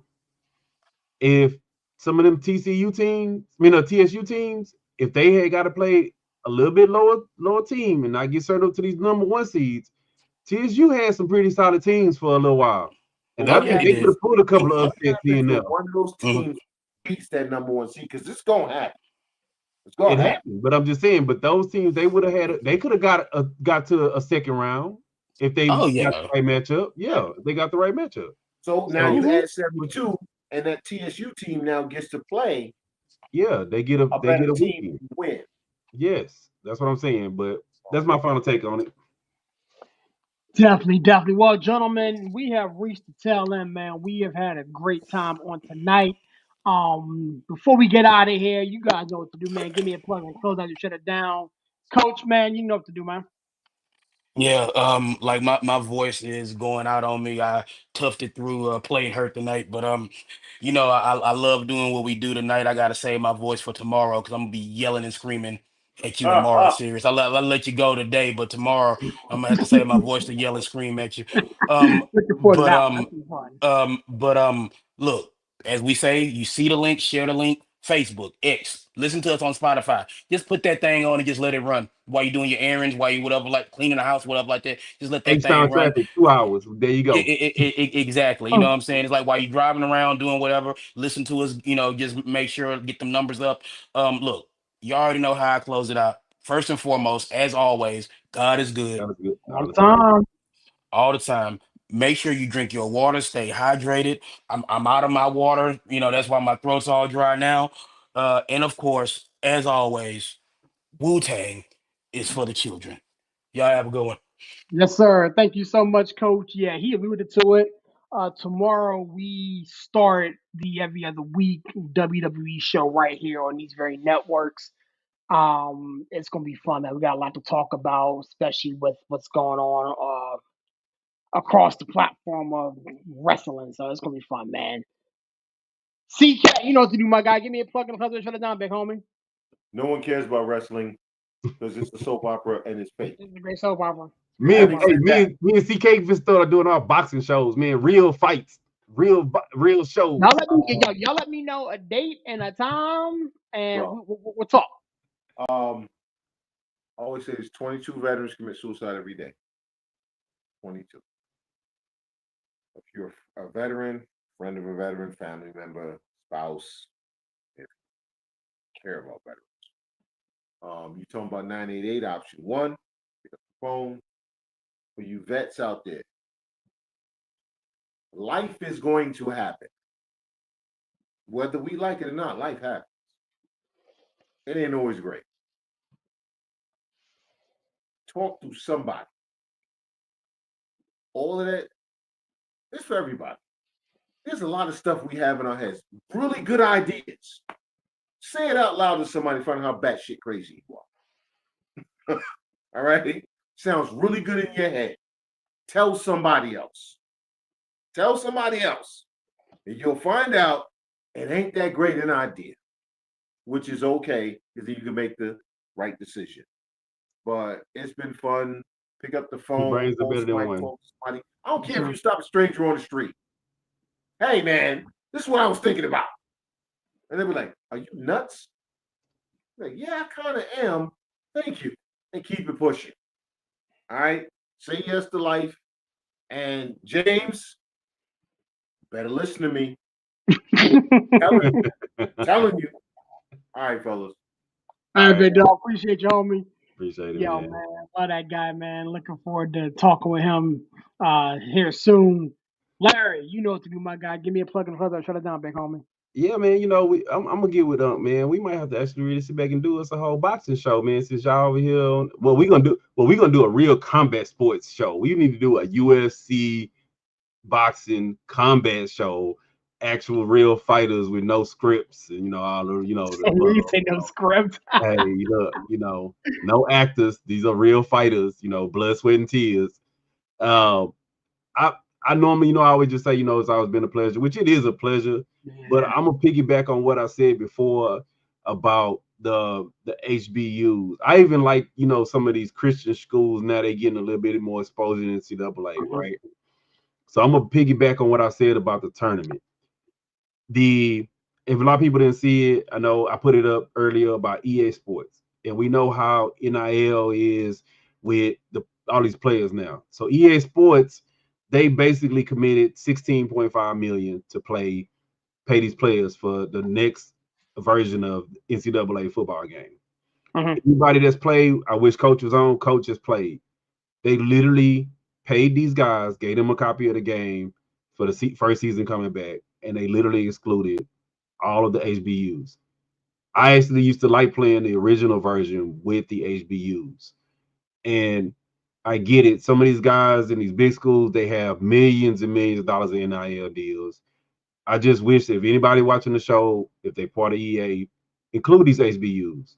$1,500 to some of these, the guys who are making millions or $500,000 is not a lot of money. But some of these HBUs, $1,500 could buy these guys on partial scholarships or books or something like that. And like I say, I didn't like the fact that they basically excluded them out of the game, even though they are part of college. They are part of college football. They are part of college basketball. Just show them guys a little love, man. They need a little help too. But like I say, other than that, man, it's always a pleasure, man. Glad to have Unc in. We had the full crew in tonight. We gotta connect on this next rocket show, man. Cause it's fuming over here, man. We gotta talk. We gotta get it. We gotta get that out, man. We can't keep that in. We gotta get it out. But yeah, I'm out, bro. Appreciate if they saw, if we show people the group thread, oh my God. Look, if we did a rocket show this week, I think that would be overkill because I think we all need to kind of simmer down. A rocket show this week would literally be every cuss word under the sun. Everyone. It would be like, you got to give your Mama Jordan, Mama everybody. My mama don't care. My mama cool. My mama be like, look, I know my son. Look, everybody else, you got to like get them a pre-disclosed disclaimer. Do not watch that rocket show if you are partial to a lot of cuss words. A lot of language. So a lot of language. A whole lot of language. But we're going to see. We'll talk offline about it. All right, a bit, bro. I'll catch up with y'all. Yes, sir. Man, it's your boy Series repping that 412 and the 703, man. It's such a privilege and a pleasure being able to do the show with the cast of characters that I get to do the show with every week, man. As my man Steve alluded to, tomorrow night, right here at 9 o'clock Eastern Standard Time, is our very first weekly wrestling show. We're going to be talking about everything that took place on both SmackDown last Friday as well as Raw this past Monday as they have gone international. The road to WrestleMania is in full effect. We're going to be talking about that. My man Unc and Larry alluded to it. Be on the lookout for a potential mixed martial arts show that's going to be in the works here in a little bit. Also got another treat for you guys starting in April as we prepare for the NFL draft. I got some fan favorites that are going to be popping back in the building, so be on the lookout for that, man. Again, there's a big enough table for everybody. I just want to make sure everybody eats, man. I love doing this, and I can always close out like this, man. God is good, even though sometimes people aren't. That being said, God bless. Catch you guys on the next one. Peace.